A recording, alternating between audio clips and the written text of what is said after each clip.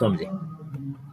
ಆತ್ಮೀಯ ಭಗವದ್ಭಕ್ತರೇ, ಈಗಾಗಲೇ ತಿಳಿದಿರುವಂತೆ, ಈಗಾಗಲೇ ಹೇಳಿರುವಂತೆ ನಿಮ್ಗೆಲ್ಲ ನಕಾರಾತ್ಮಕ ಭಾವನೆಗಳಿಂದ ನಮ್ಮನ್ನೇ ನಾವು ಮುಕ್ತಗೊಳಿಸ್ಕೊಳ್ಳೋದು ಹೇಗೆ ಅನ್ನುವಂಥದ್ದು. ಭಾವನೆ ಅನ್ನುವಂಥ ಪದವೇ ಅದ್ಭುತವಾದ ಪದ. ಯಾಕಪ್ಪ ಅಂದ್ರೆ ಮನುಷ್ಯ ಭಾವುಕ ಜೀವಿ. ಶೃಣ್ವಂತು ವಿಶ್ವೇ ಅಮೃತಸ್ಯ ಪುತ್ರಾಹ ಆಯೇದಮಾನಿ ದಿವ್ಯಾನಿ ತಸ್ತುಹು ವೇದಾಹಮೇತಂ ಪುರುಷಂ ಮಹಾಂತಂ ಆದಿತ್ಯವರ್ಣಂ ತಮಸಃ ಪರಸ್ತಾತ್ ಅನ್ನುವಂತಹ ಶ್ವೇತಾಶ್ವತರ ಉಪನಿಷತ್ತಿನ ಮಂತ್ರವನ್ನು ನಾವು ಕೇಳಿದ್ರು, ಅದು ವಾಸ್ತವಿಕವಾಗಿದ್ರು, ನಾವೆಲ್ಲ ಆತ್ಮಸ್ವರೂಪಿಗಳಾಗಿದ್ರು ಕೂಡ ಆತ್ಮದ ನೆಲೆಯಲ್ಲಿ ನಿಲ್ಲುವಂತವ್ರು ನಾವೆಲ್ಲ ಕೆಲವು ಭಕ್ತಿಗಳು, ಕೆಲವು ಸಾಧು ಸಂತರು, ಮಹಾತ್ಮರು, ಆಧ್ಯಾತ್ಮಿಕ ಪುರುಷರು, ವಿಭೂತಿ ಪುರುಷರು ಮಾತ್ರ ಅವರು ಆ ಮಟ್ಟದಲ್ಲಿ ನಿಲ್ಲಿಕ್ಕಾಗತ್ತೆ. ಇನ್ ಕೆಲವರು ಭೌತಿಕ ಮಟ್ಟದಲ್ಲಿ ಇರ್ತಾರೆ. ಉದಾಹರಣೆಗೆ ವಿಜ್ಞಾನಿಗಳು, ಇಲ್ಲಾಂದ್ರೆ ಸದಾ ಚಿಂತನೆಗಳನ್ನ ಮಾಡ್ತಾ ಇರುವಂತ ಸಚ್ಚಿಂತಕರು, ಅವ್ರು ಮಾತ್ರ ಬುದ್ಧಿ ಮಟ್ಟದಲ್ಲಿ ಇರ್ಲಿಕ್ಕಾಗುತ್ತೆ. ಇನ್ನು ನಾವು ನೀವೆಲ್ಲರೂ ಕೂಡ ಸಾಮಾನ್ಯವಾಗಿ ಇಂದ್ರಿಯ ಮಟ್ಟದಲ್ಲಿ ಮತ್ತೆ ಭಾವನೆಗಳ ಮಟ್ಟದಲ್ಲಿ ನಾವು ಜೀವನವನ್ನ ಮಾಡ್ತಾ ಇರ್ತೀವಿ. ಹಾಗಾಗಿ ನಾವು ಭಾವುಕ ಜೀವಿಗಳು. ಆದ್ರೆ ಆ ಭಾವನೆ ಅನ್ನುವಂಥದ್ದು ಒಂದು ಅದ್ಭುತವಾದ ಶಕ್ತಿ. ಅದನ್ನ ನಾವು ಸಕಾರಾತ್ಮಕವಾಗಾದ್ರೂ ಉಪಯೋಗಿಸ್ಕೊಳ್ಬಹುದು, ನಕಾರಾತ್ಮಕವಾದ್ರೂ ಉಪಯೋಗಿಸ್ಕೊಳ್ಬಹುದು. ಸಕಾರಾತ್ಮಕವಾಗಿ ಉಪಯೋಗಿಸ್ಕೊಂಡಾಗ ಅದನ್ನ ನಾವು ಉತ್ಸಾಹ ಅಂತ ಹೇಳ್ತೀವಿ, ಅದನ್ನ ನಾವು ಸ್ಫೂರ್ತಿ ಅಂತ ಹೇಳ್ತೀವಿ. ಅದೇ ಭಾವನೆ ನಕಾರಾತ್ಮಕವಾದಾಗ ನಾವೇನು ಹರಿಷಡ್ ವರ್ಗಗಳು ಅಂತ ಹೇಳ್ತೀವಲ್ಲ, ದ್ವೇಷ, ಕೋಪ, ಕಾಮ, ಕ್ರೋಧ, ಲೋಭ, ಮೋಹ, ಮದ, ಮಾತ್ಸರ್ಯ, ಹೊಟ್ಟೆ ಕಿಚ್ಚು, ಇನ್ನೊಬ್ಬರನ್ನ ಕಂಡ್ರೆ ಆಗದೆ ಇರುವಂತ ಈ ರೀತಿ ನಕಾರಾತ್ಮಕ ಭಾವನೆಗಳನ್ನೆಲ್ಲ ಅಂತ ಕರಿತೀವಿ. ಈ ಭಾವನೆ ಅನ್ನೋದೊಂದು ಅದ್ಭುತವಾದ ಶಕ್ತಿ ಅಂತ ನಾನು ಆಗ್ಲೇ ನಿಮ್ಗೆ ಹೇಳಿದೆ. ಆದ್ರೆ ಆ ಭಾವನೆಯನ್ನ ಸಕಾರಾತ್ಮಕವಾಗಿ ಉಪಯೋಗಿಸ್ಕೊಂಡು ನಮ್ಮನ್ನ ನಾವು ಮೇಲ್ ತೆಗೆದುಕೊಂಡು ನಮ್ಮ ಜೀವನ ಉತ್ತಮವನ್ನಾಗಿ ಮಾಡ್ಕೊಳ್ಳೋದು, ಅದೇ ಭಾವನಾ ಶಕ್ತಿಯನ್ನು ನಕಾರಾತ್ಮಕವಾಗಿ ಉಪಯೋಗಿಸ್ತಾ ನಮ್ಮನ್ನ ನಾವು ಹಾಳು ಮಾಡ್ಕೊಂಡು ನಮ್ಮ ಸುತ್ತಮುತ್ತ ಜಗತ್ತನ್ನ, ಸಮಾಜವನ್ನ ಕಲುಷಿತವನ್ನಾಗಿ ಮಾಡ್ಕೊಳ್ಳೋದು, ಅದು ನಮ್ಮ ಮೇಲೆ ನಿರ್ಭರವಾಗಿದೆ. ಸೊ ಹಾಗಾಗಿ ಭಾವನೆಗಳು ಪ್ರತಿಯೊಂದು ಜೀವಿಯಲ್ಲೂ ಇದೆ, ಪ್ರತಿಯೊಂದು ಪ್ರಾಣಿಯಲ್ಲೂ ಇದೆ, ಅದೇ ರೀತಿ ಮನುಷ್ಯರಲ್ಲೂ ಇದೆ. ಆದ್ರೆ ಅದನ್ನ ಸಕಾರಾತ್ಮಕವಾಗಿ ಉಪಯೋಗಿಸ್ಕೊಳ್ಳೋದು, ನಕಾರಾತ್ಮಕವಾಗಿ ಉಪಯೋಗಿಸ್ಕೊಳ್ಳೋದು ಅದು ನಮ್ಮ ಮೇಲೆ ಬಿಟ್ಟಿದ್ದು. ಇವತ್ತಿನ ತಂತ್ರಜ್ಞಾನದ ಯುಗದಲ್ಲಿ, ಇವತ್ತು ಕಂಪ್ಯೂಟರ್ ಯುಗದಲ್ಲಿ ಇವತ್ತು ತುಂಬಾ ಜನ ಈ ಸಮಸ್ಯೆಯಿಂದ ಆಗ್ತಿದ್ದಾರೆ. ಏನಪ್ಪ ಅಂದ್ರೆ ಡಿಪ್ರೆಷನ್, ಸ್ಟ್ರೆಸ್ ಅಂತ. ಇದೆಲ್ಲ ಯಾಕಪ್ಪ ಆಗ್ತಿದೆ ಅಂದ್ರೆ ನಮ್ಮನ್ನ ನಾವು ಫೇಸ್ ಮಾಡ್ಲಿಕ್ಕೆ ಆಗ್ತಿಲ್ಲ, ನಮ್ಮನ್ನ ನಾವು ಮ್ಯಾನೇಜ್ ಮಾಡ್ಲಿಕ್ಕೆ ಆಗ್ತಿಲ್ಲ.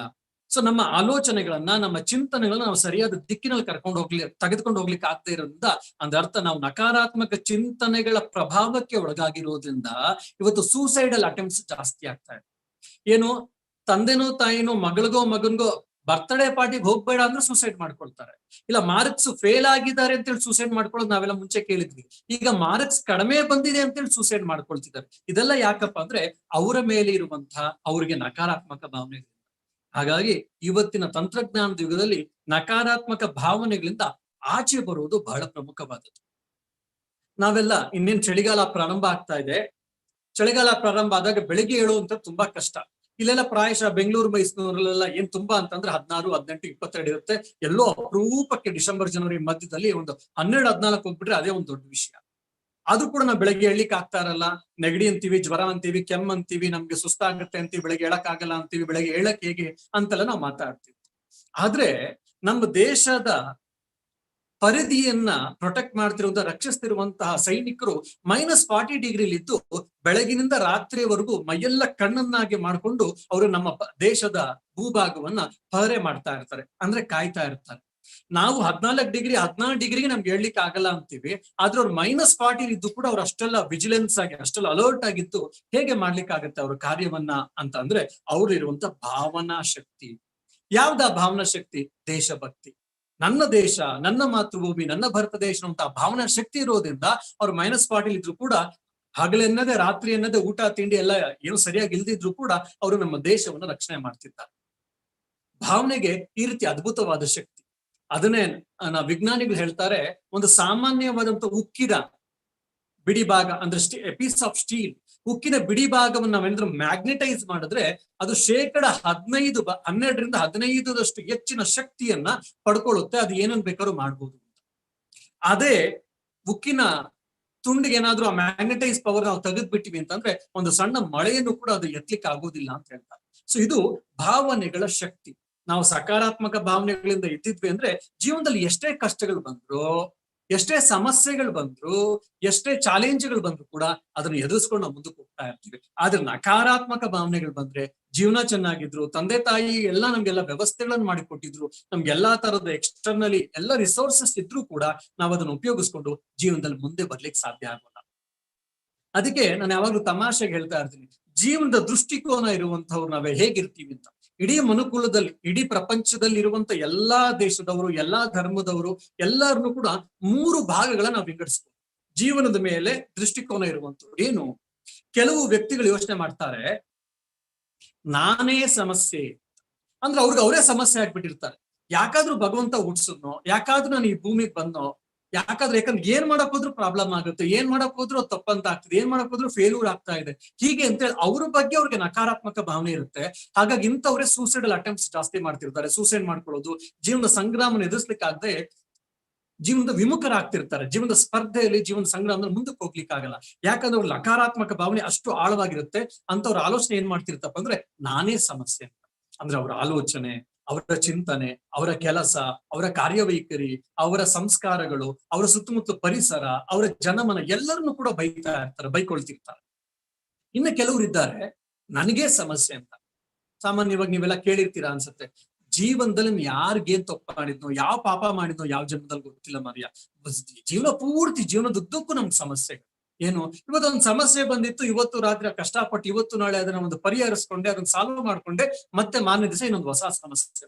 ಹುಡ್ದಾಗಿಂದ ಸಾಯವರೆಗೂ ನೋಡ್ತಾ ಇದ್ದೀನಿ, ನನ್ನ ಜೀವನದಲ್ಲಿ ಪ್ರತಿ ಹೆಜ್ಜೆಗೂ, ಪ್ರತಿ ಕ್ಷಣವೂ, ಪ್ರತಿ ನಿತ್ಯವೂ ಕೂಡ ನನಗೆ ಸಮಸ್ಯೆ ಸಮಸ್ಯೆ ಸಮಸ್ಯೆ ಸಮಸ್ಯೆ, ಜೀವನೇ ಒಂದು ಸಮಸ್ಯೆ ಅಂತ ಹೇಳಿ ಯೋಚನೆ ಮಾಡ್ತಿರ್ತಾರೆ. ಅಂದ್ರೆ ಜೀವನದಲ್ಲಿ ಇರುವಂತ ಎಲ್ಲಾ ಸಮಸ್ಯೆಗಳು, ಪ್ರಪಂಚದಲ್ಲಿ ಇರುವಂತ ಎಲ್ಲಾ ಸಮಸ್ಯೆಗಳು ನನಗೇ ಇದೆ ಅಂತ ಹೇಳಿ ನನಗೇ ಸಮಸ್ಯೆ ಅಂತ ಆಲೋಚನೆ ಮಾಡ್ತಿರ್ತಾರೆ. ಇನ್ನು 3ನೇ ರೀತಿಯ ವ್ಯಕ್ತಿಗಳಿರ್ತಾರೆ ನನಗೆ ಸಮಸ್ಯೆ. ಒಂದು ನಾನೇ ಸಮಸ್ಯೆ, 2ನೇದು ನನಗೇ ಸಮಸ್ಯೆ, 3ನೇದು ನನಗ್ ಸಮಸ್ಯೆ.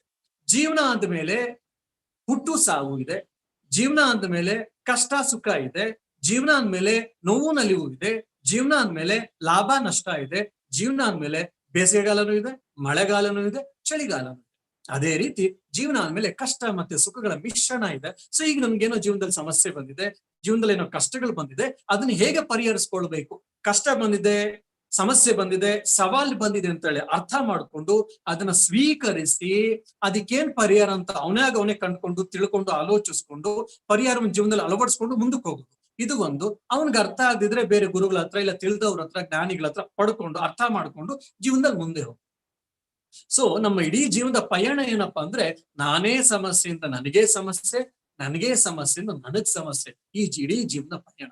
ಸೊ ನಮ್ಗೆ ಯಾಕೆ ನಾವು ನಕಾರಾತ್ಮಕ ಭಾವನೆಗಳಿಂದ ಮುಕ್ತರಾಗಬೇಕು, ನಕಾರಾತ್ಮಕ ಭಾವನೆಗಳಿಂದ ಮುಕ್ತರಾಗೋದು ಹೇಗೆ ನಾನು ಆಮೇಲೆ ಹೇಳ್ತೀನಿ. ನಕಾರಾತ್ಮಕ ಭಾವನೆಗಳಿಂದ ಮುಕ್ತರಾಗೋದು ಹೇಗಪ್ಪ ಅಂದ್ರೆ ನಾನೇ ಸಮಸ್ಯೆಯಿಂದ ನನಗೇ ಸಮಸ್ಯೆಗೆ ಬರಬೇಕು.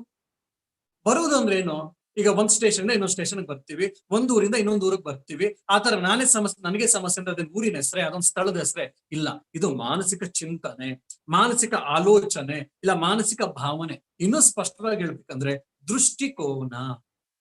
ಜೀವನದ ಮೇಲೆ, ಸಮಾಜದ ಮೇಲೆ, ಜನರ ಮೇಲೆ, ನಮ್ಮ ಜೀವನದಲ್ಲಿ ಬರುವಂತಹ ಸನ್ನಿವೇಶಗಳನ್ನ ನಾವು ಯಾವ ದೃಷ್ಟಿಕೋನದಲ್ಲಿ ನಾವು ನೋಡ್ತೀವಿ, ಯಾವ ದೃಷ್ಟಿಕೋನ ಕಾಣ್ತೀವಿ, ನಾವ್ ಯಾವ ರೀತಿ ಸ್ವೀಕರಿಸ್ತೀವಿ ಅನ್ನೋದೇ ನಮ್ಮ ಜೀವನದ ಯಶಸ್ಸಿಗೆ ಸೂತ್ರ. ಹಾಗಾಗಿ ನಾವು ನಕಾರಾತ್ಮಕ ಭಾವನೆಗಳಿಂದ ಮುಕ್ತರಾದ್ರೆ ಏನಾಗುತ್ತೆ ಅಂದ್ರೆ ನಮ್ಮ ಶಕ್ತಿ ಅಪರಿಮಿತವಾಗುತ್ತೆ. ಅಂದ್ರೆ ಶಕ್ತಿ ಅಪರಿಮಿತವಾಗಿತ್ತು ನಾವೆಲ್ಲಾದ್ರೂ ಬಂತ ಅದು. ಉದಾಹರಣೆ ನನ್ನ ಹತ್ರ 10,000 ರೂಪಾಯಿ ಆಯ್ತು, ಇನ್ನೊಂದು ಯಾರು 10,000 ರೂಪಾಯಿ ಕಳಿಸಿದ್ರು ನನ್ನ ಬ್ಯಾಂಕ್ ಅಕೌಂಟ್ಗೆ, 20,000 ರೂಪಾಯಿ ಆಯ್ತು, ನನ್ನ ಬ್ಯಾಂಕ್ ಬ್ಯಾಲೆನ್ಸ್ ಜಾಸ್ತಿ ಆಯ್ತು. ಅದೇ ರೀತಿ ನಕಾರಾತ್ಮಕ ಶಕ್ತಿ ನಾನು ತೆಗೆದ್ರೆ ಸಕಾರಾತ್ಮಕ ಶಕ್ತಿ ಜಾಸ್ತಿ ಆಗುತ್ತೆ ಅಂದ್ರೆ ಬೇರೆ ಎಲ್ಲಾದ್ರೂ ಬರುತ್ತಾ? ಇಲ್ಲ. ಬದಲಾಗಿ ವಿಘ್ನಗಳನ್ನ, ಪ್ರತಿಬಂಧಗಳನ್ನ ನಾವು ತೆಗೆದು ಬಿಡ್ತೀವಿ. ಉದಾಹರಣೆಗೆ ಮನೆ ಮುಂದೆ ಮಳೆ ನೀರು ಬರ್ತಾ ಇದೆ, ಅಲ್ಲೇ ನಿಂತು ಬಿಟ್ಟಿತ್ತು. ಯಾಕಂದ್ರೆ ಒಂದು ಸಣ್ಣ ಕಲ್ಲಲ್ಲಿ ಇತ್ತು, ಹಂಗಾಗಿ ನೀರು ನಿಂತು ಬಿಟ್ಟಿತ್ತು. ಆ ಕಲ್ಲನ್ನ ಸರಿಸಿದ ತಕ್ಷಣವೇ, ಆ ಕಲ್ಲನ್ನು ತೆಗೆದಿದ ತಕ್ಷಣವೇ ನೀರು ಸರಾಗವಾಗಿ ಹರಿದು ಹೋಗ್ಬಿಡ್ತು. ಸೊ ಆ ರೀತಿ ಜೀವನದಲ್ಲಿ ನಕಾರಾತ್ಮಕ ಭಾವನೆಗಳು ನಮ್ಗೆ ಬ್ಲಾಕ್ಸ್ ಇದ್ದ ಹಾಗೆ. ಹೇಗೆ ಉದಾಹರಣೆ, ನಾವು ಒಂದು ಕೋಣೆಯಲ್ಲಿ ಕೂತ್ಕೊಂಡ್ವಿ ಅಂದ್ರೆ ನಮ್ಮ ಇಡೀ ದೃಷ್ಟಿ ಅಂದ್ರೆ ನಮ್ಮ ವಿಷನ್, ಆ ವಿಷನ್ ಕೋಣೆ ಒಳಗಡೆ ಅಷ್ಟೇ ಇರುತ್ತೆ, ಬಿಟ್ರೆ ಕೋಣೆ ಹೊರಗಡೆ ಏನಿದೆ ನಾವು ನೋಡ್ಲಿಕ್ಕೆ ಆಗಲ್ಲ. ಯಾಕಂದ್ರೆ ಈ ಗೋಡೆ ನಮ್ಗೊಂದು ಪ್ರತಿಬಂಧಕವಾಗಿದೆ. ಅದೇ ರೀತಿ ಈ ನಕಾರಾತ್ಮಕ ಭಾವನೆಗಳು, ನಕಾರಾತ್ಮಕ ಆಲೋಚನೆಗಳು, ನಕಾರಾತ್ಮಕ ಚಿಂತನೆಗಳು ನಮ್ಮ ಯಶಸ್ಸಿಗೆ ಒಂದು ಬಂಧಕವಾಗಿರುತ್ತೆ, ಪ್ರತಿಬಂಧಕವಾಗಿರುತ್ತೆ. ಯಾವಾಗ ನಾವು ನಕಾರಾತ್ಮಕ ಭಾವನೆಗಳು ಮುಕ್ತರಾಗ್ತೀವೋ ನಮ್ಮಲ್ಲಿರುವಂತಹ ಅಪರಿಮಿತವಾದ ಶಕ್ತಿ ನಾವು ಅರ್ಥ ಮಾಡ್ಕೊಳ್ತೀವಿ, ಜೀವನದಲ್ಲಿ ಹಲವಾರು ಸಾಧನೆಗಳನ್ನ ನಾವು ಮಾಡ್ತೀವಿ. ಹಾಗಾಗಿ ಈ ನಕಾರಾತ್ಮಕ ಶಕ್ತಿಯನ್ನ ನಾವು ಬಿಡ್ಕೊಳ್ಬೇಕು, ಇಲ್ಲ ನಕಾರಾತ್ಮಕ ಮುಕ್ತರಾಗ್ಬೇಕು. ಈ ನಕಾರಾತ್ಮಕ ಶಕ್ತಿಯ ಸ್ವಭಾವ ಎಂತದಪ್ಪ ಅಂದ್ರೆ ಅದು ನಮ್ಮನ್ನ ಬಂಧಿಸುತ್ತೆ. ಯಾವ ತರ ಅಂದ್ರೆ ನಾವು ಕಂಬವನ್ನು ಇಟ್ಕೊಂಡ್ಬಿಟ್ಟು ನಾವ್ ಹೇಳ್ತಾ ಇರ್ತೀವಿ ಯಾವಾಗ್ಲೂ, ಕಂಬ ನಮ್ಮನ್ನ ಇಟ್ಕೊಂಡಿದೆ, ಕಂಬ ನಮ್ಮನ್ನ ಇಟ್ಕೊಂಡಿದೆ, ಕಂಬ ನಮ್ಮನ್ನ ಇಟ್ಕೊಂಡಿದೆ ಅಂತ. ಅದೇ ರೀತಿ ಜೀವನದಲ್ಲಿ ಏನೋ ಒಂದು ಸಮಸ್ಯೆ ಬಂತು, ಆ ಸಮಸ್ಯೆ ಬಂದಾಗ ಇಲ್ಲ ಒಂದು ನಕಾರಾತ್ಮಕ ಭಾವನೆ ನಮ್ಮ ಮನಸ್ಸಿಗೆ ಪ್ರವೇಶಿಸ್ತು, ಎಂಟರ್ ಆಯ್ತು. ಅವಾಗ ಅದನ್ನೇ ಆಲೋಚನೆ ಮಾಡ್ತಾ ಮಾಡ್ತಾ ಮಾಡ್ತಾ ಮಾಡ್ತಾ ಮತ್ತೆ ಮತ್ತೆ ಮತ್ತೆ ಪುನಃ ಪುನಃ ಪುನಃ ಆಲೋಚನೆ ಮಾಡ್ತಾ ಮಾಡ್ತಾ ಮಾಡ್ತಾ ಅದ್ರ ಒಳಗಡೆ ನಾವು ಸಿಗಾಕೊಂಡ್ಬಿಡ್ತೀವಿ, ಅದನ್ನ ನಾವು ಸುತ್ತಬಿಡ್ತೀವಿ. ಹೇಗೆ ರೇಷ್ಮೆ ಹುಳು ನಿಧಾನಕ್ಕೆ ಗೂಡು ಕಟ್ಕೊಂಡು ಆ ಗೂಡಿನ ಒಳಗಡೆ ಅದೇ ಬಂಧನವಾಗುತ್ತೋ, ಬಂಧಿತವಾಗುತ್ತೋ, ಸಿಗಾಕೊಳ್ಳುತ್ತೋ, ಅದೇ ರೀತಿ ನಕಾರಾತ್ಮಕ ಭಾವನೆಗಳು ಅದೆಲ್ಲೂ ಹೊರಗಡೆ ಇಲ್ಲ, ಅದ್ ನಮ್ಮಲ್ಲೇ ಇದೆ. ಆ ನಕಾರಾತ್ಮಕ ಭಾವನೆಗಳನ್ನ ಮತ್ತೆ ಮತ್ತೆ ಮತ್ತೆ ಮತ್ತೆ ನಾವೇ ಆಲೋಚಿಸ್ಕೊಂಡು ಆ ರೇಷ್ಮೆ ಹುಳು ಹೇಗೆ ಗೂಡು ಕಟ್ಕೊಂಡು ಅದ್ರ ಒಳಗಡೆ ಅದು ಒದ್ದಾಡುತ್ತೋ, ಅದೇ ರೀತಿ ನಾವು ನಕಾರಾತ್ಮಕ ಭಾವನೆಗಳ ಒಳಗಡೆ ನಾವೇ ಒದ್ದಾಡ್ತಾ ಇದ್ದೀವಿ. ಇದೇ ನಮ್ಗೆ ಸಮಸ್ಯೆ ಆಗಿದೆ. ಸೊ ಇದರಿಂದ ನಾವು ಮುಕ್ತರಾಗ್ಬೇಕು. ಹೇಗೆ ರೇಷ್ಮೆ ಹುಳು ಅದು ಕಟ್ಕೊಂಡಿರೋ ಗೂಡನ್ನ ಅದೇ ಒಡ್ಕೊಂಡು ಚಿಟ್ಟೆಯಾಗಿ ಹೊರಗೆ ಬಂದು ಇನ್ನೂ ಹೆಚ್ಚು ಸ್ವಾತಂತ್ರ್ಯವನ್ನ ಪಡ್ಕೊಳ್ಳುತ್ತೋ, ಅದೇ ರೀತಿ ನಾವು ಈ ನಕಾರಾತ್ಮಕ ಭಾವನೆಗಳೊಂದು ಗೂಡು, ನಕಾರಾತ್ಮಕವಾದ ಒಂದೊಂದು ಬಂಧನದಿಂದ ಒಡ್ಕೊಂಡು ನಾವು ಸ್ವತಂತ್ರವಾಗಿ ಚಿಟ್ಟೆಯಂತೆ ಹಾರ್ಕೊಂಡು ಸ್ವತಂತ್ರವಾಗಿ ಹೋಗ್ಬೇಕಾದ್ರೆ ಅದಕ್ಕೆ ನಾವೇ ಪ್ರಯತ್ನ ಮಾಡ್ಬೇಕು. ಇಲ್ಲ ನಾವು ಪಾಪ ಗೊತ್ತಿಲ್ಲದೆ ಅದು ರೇಷ್ಮೆ ಹುಳು ಗೂಡನ್ನ ಕಟ್ಕೊಂಡ್ಬಿಟ್ಟಿತ್ತು, ನಾವು ಅದನ್ನ ಕಟ್ ಮಾಡಿ ತೆಗೆದು ಬಿಡ್ತೀವಿ ಅಂದ್ರೆ ಅವಾಗ ರೇಷ್ಮೆ ಹುಳು ಸತ್ತೋಗುತ್ತೆ, ರೇಷ್ಮೆ ಹುಳು ಚಿಟ್ಟೆಯಾಗಿ ಹೊರಗಡೆ ಬರ್ಲಿಕ್ಕೆ ಸಾಧ್ಯ ಇಲ್ಲ. ಆ ಕಟ್ಕೊಂಡಿದ್ದನ್ನ ಉದಾಹರಣೆಗೆ ಅದನ್ನೇ ನಿಧಾನಕ್ಕೆ ಪರಿಪಕ್ವಾದಾಗೆ ಕಷ್ಟಪಟ್ಟು ಪಟ್ಟು ಪಟ್ಟು ಪಟ್ಟು ಅದು ಆಚೆ ಬಂದಾಗ ಅದು ಚಿಟ್ಟೆ ಆಗ್ಬಾರ್ದು. ಅದೇ ರೀತಿ ನಮ್ಮ ಜೀವನದಲ್ಲಿ ಸಮಸ್ಯೆಗಳು, ಸವಾಲುಗಳು, ಅನಿಷ್ಟ ಸಂಗತಿಗಳು, ಅನಿಷ್ಟ ಸನ್ನಿವೇಶಗಳು ಸಾಕಷ್ಟು ಬರ್ತಾ ಇರುತ್ತೆ. ನಾವು ಅದನ್ನ ಯಾವ ರೀತಿ ಸ್ವೀಕರಿಸ್ಬೇಕಪ್ಪ ಅಂದ್ರೆ ಸೋಲೆ ಗೆಲುವಿನ ಸೋಪಾನ ನಂಗೆ ಇವೆಲ್ಲವೂ ಕೂಡ ನಮ್ಮ ಜೀವನದಲ್ಲಿ ಮುಂದೆ ಮುಂದೆ ಬರ್ಲಿಕ್ಕೆ, ಮುಂದೆ ಮುಂದೆ ಹೋಗ್ಲಿಕ್ಕೆ, ನಮ್ಮ ಜೀವನದಲ್ಲಿ ಪ್ರಗತಿಯನ್ನ ಕಾಣಲಿಕ್ಕೆ ಇವೆಲ್ಲವೂ ಕೂಡ ನಮಗೆ ಒಂದು ಮೆಟ್ಟಿಲುಗಳು ಅನ್ನುವಂತಹ ಆಲೋಚನೆ ನಾವು ಯಾವಾಗ ಮಾಡ್ತೀವೋ ನಮ್ಮ ಜೀವನದಲ್ಲಿ ಬರುವಂತಹ ಕಷ್ಟಗಳು ಬಂದಾಗ ನಾವು ಅದರಿಂದ ವಿಚಲಿತರಾಗುವುದಿಲ್ಲ. ಅಯ್ಯೋ ನನ್ನ ಜೀವನದಲ್ಲೆಲ್ಲ ಸಮಸ್ಯೆ ಅಂತ ಹೇಳಿ ತಂದೆ ತಾಯಿನ ಬೈಯೋದು, ದೇವರನ್ನ ಬೈಯೋದು, ಅವ್ರನ್ನ ಬೈಯೋದು, ಇವ್ರನ್ನ ಬೈಯೋದು ನಾವು ಮಾಡೋದಿಲ್ಲ. ಬದಲಾಗಿ ಬಂದಿದ್ದನ್ನೆಲ್ಲ ಎದುರ್ಸ್ಕೊಂಡು ಮುಂದಕ್ಕೆ ಹೋಗ್ತಾ ಇರ್ತೀವಿ. ಹೇಗೆ ಆ ರೇಷ್ಮೆ ಹುಳು ಚಿಟ್ಟೆಯಾಗಿ ಹೊರ ಹೊಮ್ಮತೋ, ಬಣ್ಣ ಬಣ್ಣದ ಚಿಟ್ಟೆಯಾಗಿ, ಅದೇ ರೀತಿ ಕೂಡ ನಾವು ಹೊರ ಬರಬಹುದು. ಇದನ್ನ ನಾವು ಶ್ರೀರಾಮಕೃಷ್ಣ ಜೀವನದಲ್ಲಿ ನೋಡ್ಬೋದು, ಶಾರದಾದೇವಿ ಜೀವನದಲ್ಲಿ ನೋಡ್ಬೋದು, ವಿವೇಕಾನಂದರ ಜೀವನದಲ್ಲಿ ನೋಡ್ಬೋದು, ಸುಭಾಷ್ ಚಂದ್ರ ಬೋಸ್ರ ಜೀವನದಲ್ಲಿ ನೋಡ್ಬೋದು, ಅಬ್ದುಲ್ ಕಲಾಮರ ಜೀವನದಲ್ಲಿ ನೋಡ್ಬೋದು. ಯಾರ್ಯಾರು ಶ್ರೇಷ್ಠ ವ್ಯಕ್ತಿಗಳು ಅಂತ ನಾವು ಇವತ್ತು ಕರಿತೀವೋ, ಇತಿಹಾಸವನ್ನು ಯಾರ್ಯಾರು ನಿರ್ಮಾಣ ಮಾಡಿದ್ದಾರೋ ಅಂತ ಹೇಳ್ತೀವೋ, ಅವರೆಲ್ಲರ ಜೀವನದಲ್ಲಿ ನೋಡ್ಬೋದು. ಬಂದಂತ ಸವಾಲುಗಳನ್ನ ಅವ್ರು ಹೇಗೆ ಎದುರಿಸಿದ್ರು ಅನ್ನುವಂಥದ್ದೇ ಅವರೆಲ್ಲರ ಮೇಲೆ ನಿರ್ಭರ ಆಗುತ್ತೆ. ಇದು ಉದಾಹರಣೆಗೆ ಒಂದು ಸಣ್ಣ ಕತೆ ನಿಮ್ಗೆ ಹೇಳ್ತೀನಿ.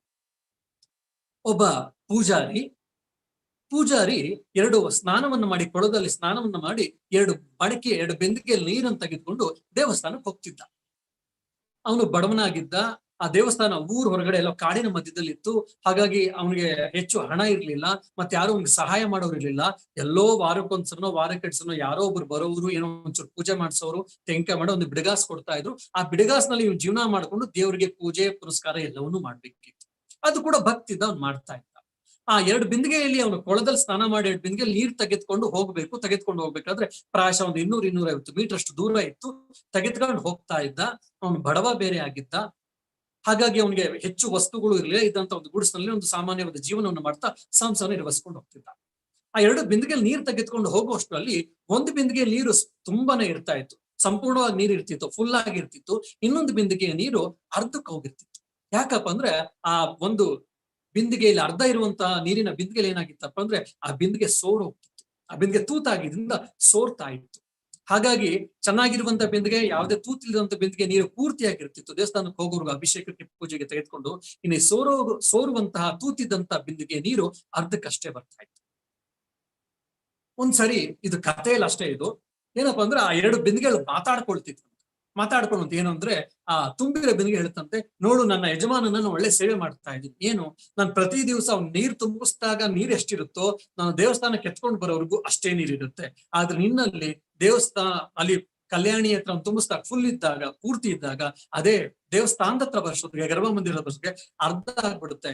ನಾನು ನನ್ನ ದೇವರನ್ನ ಅಂದ್ರೆ ನನ್ನ ಯಜಮಾನನ ಚೆನ್ನಾಗಿ ನಾನು ಸೇವೆ ಮಾಡ್ತಾ ಇದ್ದೀನಿ, ನೀನ್ ಮಾಡ್ಲಿಕ್ಕೆ ಆಗ್ತಿಲ್ಲ ಅಂತ ತೂತಿಲಿದ್ದ ಬಿಂದಿಗೆಗೆ ಆಡ್ಕೊಳ್ತು ಅಂತ ಹೇಳ್ತಾರೆ. ಆ ತೂತಿರೋ ಬಿಂದಿಗೆ ತುಂಬಾ ಬೇಜಾರನಿತ್ತಂತೆ. ಯಜಮಾನ ಕಂಡ, ಅವ್ರಿಬ್ಬರು ಮಾತಾಡ್ಸ್ಲಿಕ್ಕೆ ಪ್ರಾರಂಭ ಮಾಡ್ದ. ಯಾಕೆ ಬಿಂದಿಗೆಗಳೇ ನೀವು ಹಿಂಗ್ ಇದ್ದೀರಾ, ತೂತಿರೋ ಬಿಂದಿಗೆ ಕೇಳದ್ನಂತವನು ಯಾಕೆ ಅಂತ. ಅವಾಗ ತೂತಿರೋ ಬಿಂದಿಗೆ ಆ ಇನ್ನೊಂದು ಬಿಂದಿಗೆ ಜೊತೆ ನಡೆದ ಸಂಭಾಷಣೆ ಹೇಳ್ತು, ಈ ತರ ಎಲ್ಲ ಅಂತ. ಅವಾಗ ಬ್ರಾಹ್ಮಣ ಸುಮ್ಮನೆ ನೊಕ್ಬಿಡ್ತಾನೆ, ಪೂಜಾರಿ ನೊಕ್ಬಿಟ್ಟು ಹೋಗ್ತಾನೆ. ಮಾನಸ ಸ್ನಾನವನ್ನ ಮಾಡಿ 2 ಬಿಂದಿಗೆಗಳು ನೀರು ತೆಗೆದುಕೊಂಡು ಹೊರಟಾಗ ಅವನು ಹೇಳ್ತಾನೆ, ಏ ತೂತಿರುವ ಬಿಂದಿಗೆ, ನಿನ್ನ ಕಡೆಯ ಫುಟ್ಪಾತ್ ಅಲ್ಲಿ ಏನಿದೆ ನೋಡು. ಸುಂದರವಾದ ಹೂವಿನ ಗಿಡಗಳಿದೆ, ಹೂವಿನ ಗಿಡಗಳು ಮತ್ತೆ ಬೇರೆ ಬೇರೆ ಕೆಲವು ಬೇರೆ ಗಿಡಗಳಿದೆ. ಅದೇ ತೂತಿಲ್ದಿರುವಂತ ಬಿಂದಿಗೆಯ ಕಡೆ ಏನಿದೆ ನೋಡು, ಅಲ್ಲಿ ಏನೂ ಇಲ್ಲ. ಇದು ಯಾಕೆ ಅಂತ ಯೋಚನೆ ಮಾಡಿದ್ಯಾ ಅಂದ್ರೆ, ಇಲ್ಲ ಅಂತಂದಾಗ ಆ ಯಜಮಾನ ಅಂದ್ರೆ ಪುರೋಹಿತ ಹೇಳ್ತಾನೆ, ನೋಡು, ತೂತಿಲ್ದೇ ಇರುವಂತ ಬಿಂದಿಗೆ ಸಂಪೂರ್ಣವಾದ ನೀರು ಗರ್ಭ ಮಂದಿರದವರೆಗೂ ತರ್ತಾ ಇತ್ತು, ಇಲ್ಲ ಅಂತಿಲ್ಲ. ಅದ್ ನೀನ್ ತೂತಿದ್ರಿಂದ ದಾರಿ ಉದ್ದಕ್ಕೂ ಪ್ರತಿ ದಿವಸ ಹನಿ ಹನಿಗಳು ಬೀಳ್ತಾ ಇದ್ರಿಂದ ಅಲ್ಲಿ ಯಾವ್ದೋ ಒಂದು ಸಮಯದಲ್ಲಿ ಮಳೆಯಲ್ಲೋ ಇಲ್ಲ ಯಾವ್ದೋ ಟೈಮಲ್ಲಿ ಹೇಗೋ ಇಲ್ಲ ಪಕ್ಷಿಗಳು ಯಾವ್ದೋ ಬೀಜಗಳು ತಂದಾಕಿತ್ತು, ನೀನು ಪ್ರತಿ ದಿವಸ ಹನಿ ಹನಿಗಳು ಬೆಳೆಸ್ಕೊಂಡು ಹೋಗಿದ್ದಿಂದ ಅಲ್ಲೆಲ್ಲ ಕೂಡ ಹೂವು ಸಿಗ್ತಾ ಇದೆ, ಹೂವಿನ ಗಿಡಗಳು ಹುಟ್ಟಿದವೆ. ಇವತ್ತು ಆ ಹೂವನ್ನ ನಾನ್ ತೆಗೆದುಕೊಂಡು ಭಗವಂತನಿಗೆ ಪೂಜೆನ ಮಾಡ್ತಾ ಇದ್ದೀನಿ.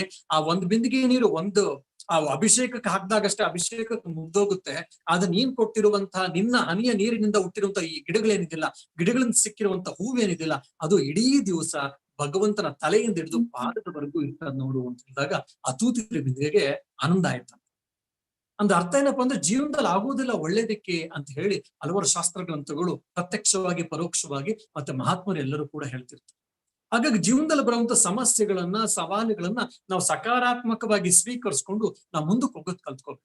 ಮುಂದಕ್ಕೆ ಹೋಗೋದ್ ಕಲ್ತ್ಕೊಂಡಾಗ ಏನಾಗುತ್ತೆ ಅಂದ್ರೆ, ನಾವು ಜೀವನದಲ್ಲಿ ಯಶಸ್ಸನ್ನ ಕಾಣ್ತೀವಿ. ಜೀವನದಲ್ಲಿ ಯಾವುದೂ ಸುಮ್ಮನೆ ಬರಲ್ಲ, ಆದ್ರೆ ಬಂದಿದ್ದನ್ನ ಯಾವ ರೀತಿ ಎದುರಿಸ್ತೀವಿ ಅನ್ನೋದಷ್ಟೇ ಬಹಳ ಮುಖ್ಯ. ಇದಕ್ಕೆ ಇನ್ನೊಂದು ಕಥೆನ ಕೂಡ ಹೇಳ್ತಾರೆ. ಒಂದು ಕತ್ತೆಯನ್ನ ಪೋಲಿ ಹುಡುಗರು ಅಟ್ಟಿಸ್ಕೊಂಡು ಹೋಗ್ತಾ ಇದ್ರು. ಅಟ್ಟಿಸ್ಕೊಂಡು ಹೋದದು ಅದರ ಪ್ರಾಣ ರಕ್ಷಣೆಗೆ ಅಂತ ಅದು ಓಡ್ತಾ ಇತ್ತು. ಓಡ್ತಾ ಒಂದು ಪೊದೆ, ಸಣ್ಣ ಪೊದೆ, ಆ ಪೊದೆ ಬಂತು. ಇನ್ನು ಹುಡುಗರು ಅಟ್ಟಿಸ್ಕೊಂಡ್ ಬರ್ತಾ ಇದ್ರು, ಹೊಡಿತಾರೆ ಅಂತೇಳಿ ಆ ಪೊದೆನ ಹಾರ್ತದು. ಪೊದೆನ ಹಾರಿ, ದುರದೃಷ್ಟ ಪೊದೆ ಹಿಂದೆ ಏನಿತ್ತು ಅಂತ ಗೊತ್ತಿರ್ಲಿಲ್ಲ. ಪೊದೆನೇನೋ ಹಾರ್ತು ನೆಲಕ್ಕೆ ಕಾಲಿಡ್ಬೇಕು ಅಂತ ನೋಡಿದ್ರೆ ಒಂದು ಹಾಳ್ಬಾವಿ ಇತ್ತು. ಗೊತ್ತಾಗೋಷ್ಟೊತ್ತಿಗೆ ಹಾಳ್ಬಾವಿಲಿ ಬಿದ್ದುಬಿಡ್ತು. ಈ ಪೋಲಿ ಹುಡುಗರಿಗಂತೂ ಪೋಲಿ ಹುಡುಗರು ಗೊತ್ತಿತ್ತು. ಸೊ ಅವ್ರು ಬರ್ತಾರೆ, ಅದ್ರ ಮೇಲೆ ಕಲ್ಲೆಸೆದ್ರು, ಧೂಳೆಸೆದ್ರು, ಮುಗ್ಗುದ್ರು, ಏನೆಲ್ಲಾ ಮಾಡಿದ್ರು.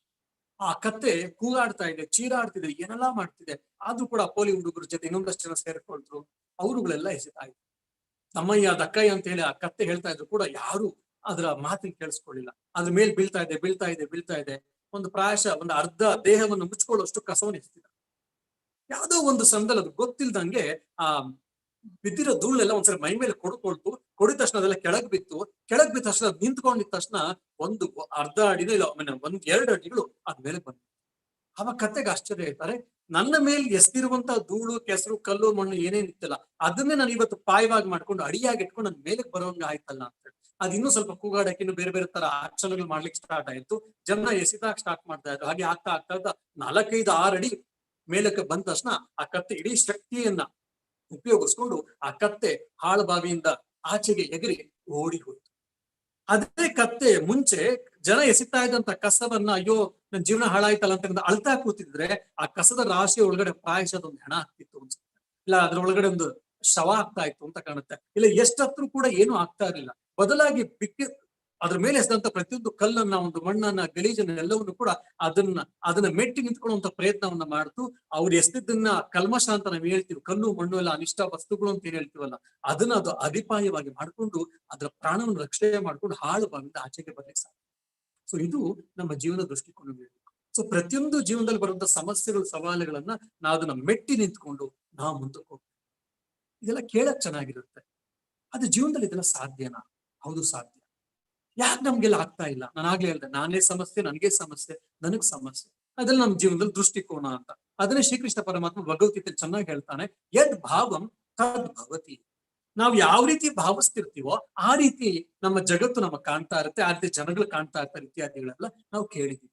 ಸೊ ಅದೇ ರೀತಿ ನಮ್ಮ ದೃಷ್ಟಿಕೋನಗಳ ಮೇಲೆ ನಮ್ಮ ಇಡೀ ಜೀವನ, ನಮ್ಮ ಯಶಸ್ಸು, ನಮ್ಮ ಆನಂದ ನಿರ್ಭರ ಆಗಿರುತ್ತೆ. ಅದಕ್ಕೆ ತುಂಬಾ ಚೆನ್ನಾಗಿ ಹೇಳ್ತಾರೆ, happiness is a choice but you have to make it consciously. ಆನಂದವಾಗಿ ನಾವು ಇರಬೇಕು ಅಂತ ನಾವೆಲ್ಲ ಇಷ್ಟಪಡ್ತೀವಿ. ಸುಖವಾಗಿರೋದು ಬೇರೆ, ಆನಂದವಾಗಿರೋದು ಬೇರೆ. ಆನಂದ, ಸಚ್ಚಿತ್ ಆನಂದ, ನಮ್ಮ ನೈಜ ಸ್ವರೂಪವೇ ಆನಂದ ಸ್ವರೂಪ. ಆನಂದವಾಗಿರಬೇಕು ಅಂತ ನಮ್ಗೆಲ್ಲ ಆಸೆ ಇದೆ, ಆನಂದವಾಗಿರ್ಬೇಕು ಅಂತ ನಾವೆಲ್ಲ ಬಯಸ್ತೀವಿ. ಅಲ್ಲಿ ಎಷ್ಟೋ ಬರೀ ಆನಂದವಾಗಿ ನಾವ್ ಇರ್ಲಿಕ್ಕಾಗಲ್ಲ. ಯಾಕೆ ಅಂದ್ರೆ ನಮ್ಮ ದೃಷ್ಟಿಕೋನ, ನಾವ್ ಯಾವ್ದನ್ನ ಆಯ್ಕೆ ಮಾಡ್ಕೊಳ್ತೀವಿ ಅದು ನಮ್ಮ ಮೇಲೆ ನಿರ್ಭರ ಆಗುತ್ತೆ. ಸೊ ನಮ್ಮ ಆಯ್ಕೆ ಸರಿಯಾಗಿತ್ತು ಅಂದ್ರೆ ಆನಂದ ಅದು ಬಂದೇ ಬರುತ್ತೆ. ಇನ್ನ ನಾವು ಶ್ರೀರಾಮಕೃಷ್ಣ ಜೀವನದಲ್ಲಿ ನೋಡ್ಬೋದು. ಉದಾಹರಣೆಗೆ ಒಂದೇ ಒಂದು ಶ್ರೀರಾಮಕೃಷ್ಣ ಜೀವನದಲ್ಲಿ ಹೇಗೆ ಇವರೆಲ್ಲ ಜೀವನವನ್ನು ಎದುರಿಸಿದ್ರು ಅನ್ನೋದಕ್ಕೆ ಹೇಳ್ತೀವಿ. ಶ್ರೀರಾಮಕೃಷ್ಣ ದಕ್ಷಿಣೇಶ್ವರದಲ್ಲಿದ್ರು. ಆಗಾಗ್ಲೇ ಭಕ್ತರು ಇನ್ನು ಬರ್ಲಿಕ್ಕೆ ಪ್ರಾರಂಭ ಮಾಡಿದ್ರು. ಶ್ರೀರಾಮಕೃಷ್ಣಗೆ ಇನ್ನು ಅವರು ಭೌತಿಕವಾದಂತಹ ಪೂಜೆಯನ್ನ, ಶಾಸ್ತ್ರಬದ್ಧವಾದ ಪೂಜೆ ಕೈಲಿ ಮಾಡ್ಲಿಕ್ಕೆ ಆಗ್ತಿರ್ಲಿಲ್ಲ. ದೇವಿ ಕಾಳಿನ ಎಲ್ಲಾ ಕಡೆ ಕಾಣ್ತಾ ಇದ್ದಿದ್ದನ್ನ ಇವನು ಹೃದಯರಾಮ ಪೂಜೆನ ಮಾಡ್ಲಿಕ್ಕೆ ಪ್ರಾರಂಭ ಮಾಡಿದ್ದ. ಹೃದಯರಾಮ ಪೂಜೆಯನ್ನು ಮಾಡ್ತಾ ಇದ್ದ. ಒಂದ್ಸರಿ ಮಥುರ್ನಾಥ್ ವಿಶ್ವಾಸನ ಮೊಮ್ಮಗನ ಹೆಂಡತಿ ಮತ್ತು ಅವಳ ಮಗಳು 3 ಜನ ಬಂದಿದ್ದಾರೆ. ಜಮೀನ್ದಾರರು, ಓನರ್ಸು ಅವ್ರು ಬಂದಿದ್ದಾಗ ವಿಶೇಷವಾದ ಆರತಿಯನ್ನು ಮಾಡ್ತಾರೆ. ಹೃದಯರಾಮ ಆರತಿಯನ್ನ ಮಾಡಿ ತಂದು ಕೊಡ್ತಾನೆ. ಆರತಿ ಪ್ರಸಾದವನ್ನು ಕೊಡ್ತಾರೆ. ಮಾಡುವ ಸಮಯದಲ್ಲಿ ಆ ಮಥುರ್ನಾಥ್ ವಿಶ್ವಾಸನ ಮೊಮ್ಮಗನ ಮಗಳು ಅಂದ್ರೆ ಮೊಮ್ಮಗಳು ಏನಿದ್ದಲ್ಲ, ಅವಳು ನೋಡಿದ ತಕ್ಷಣ, ಪ್ರಾಯಶಃ ನೀವೆಲ್ಲ ನೋಡಿರ್ತೀರ, ದುರ್ಗಾ ಪೂಜೆ ಬೇಲೂರು ಮಠದಲ್ಲಿ, ಬಂಗಾಳದಲ್ಲಿ ವಿಶೇಷವಾಗಿ ಒಂದು ಕುಮಾರಿ ಪೂಜೆ ಮಾಡುವಂತ ಅಭ್ಯಾಸ ನಮ್ಮಲ್ಲೆಲ್ಲ ಸಂಪ್ರದಾಯದಲ್ಲಿದೆ. ದಕ್ಷಿಣ ಭಾರತದಲ್ಲಿ ಸುವಾಸಿನಿ ಪೂಜೆ ಅಂತ ಹೇಳೆಲ್ಲ ಮಾಡ್ತಾರೆ. ಕುಮಾರಿ ಪೂಜೆ ಕೂಡ ಕೆಲವು ಕಡೆ ಮಾಡ್ತಾರೆ. ಕುಮಾರಿ ಪೂಜೆ ಮಾಡೋದು ನಮ್ಗೆಲ್ಲ ಗೊತ್ತು. ಅದೇ ರೀತಿ ಆ ಚಿಕ್ಕ ಹುಡುಗಿಯನ್ನು ಕಂಡಾಗ ಹೃದಯರಾಮನಿಗೆ ಅವಳು ಕುಮಾರಿ, ದೇವಿಯ ಅವತಾರ ಇಲ್ಲ ದೇವಿಯ ಅಂಶ ಅನ್ನಂತ ಅವ್ನಿಗೆ ಅನ್ನಿಸ್ತು. ಹಾಗಾಗಿ ತೀರ್ಥ ಪ್ರಸಾದ ಎಲ್ಲ ಕೊಟ್ಟು ಒಳಗೋದ್ಮೇಲೆ ಅವನು ಅರ್ಘ್ಯವನ್ನ ಅಂದ್ರೆ ಬಿಲ್ವ, ದುರ್ವ ಮತ್ತೆ ಹೂವು ಅದನ್ನೆಲ್ಲ ತೆಗೆದುಕೊಂಡು ಬಂದು ಆ ಚಿಕ್ಕ ಹುಡುಗಿಯ ಪಾದದ ಹತ್ರ ಇಟ್ಟು ಸರ್ವಮಂಗಲ ಮಂಗಲ ಸ್ತೋತ್ರವನ್ನ ಏನೋ ಹೇಳ್ತಾನೆ. ನೀನು ದೇವಿ ಅಂತೇಳಿ ಪೂಜೆ ನಮಸ್ಕಾರ ಮಾಡ್ತಾನೆ.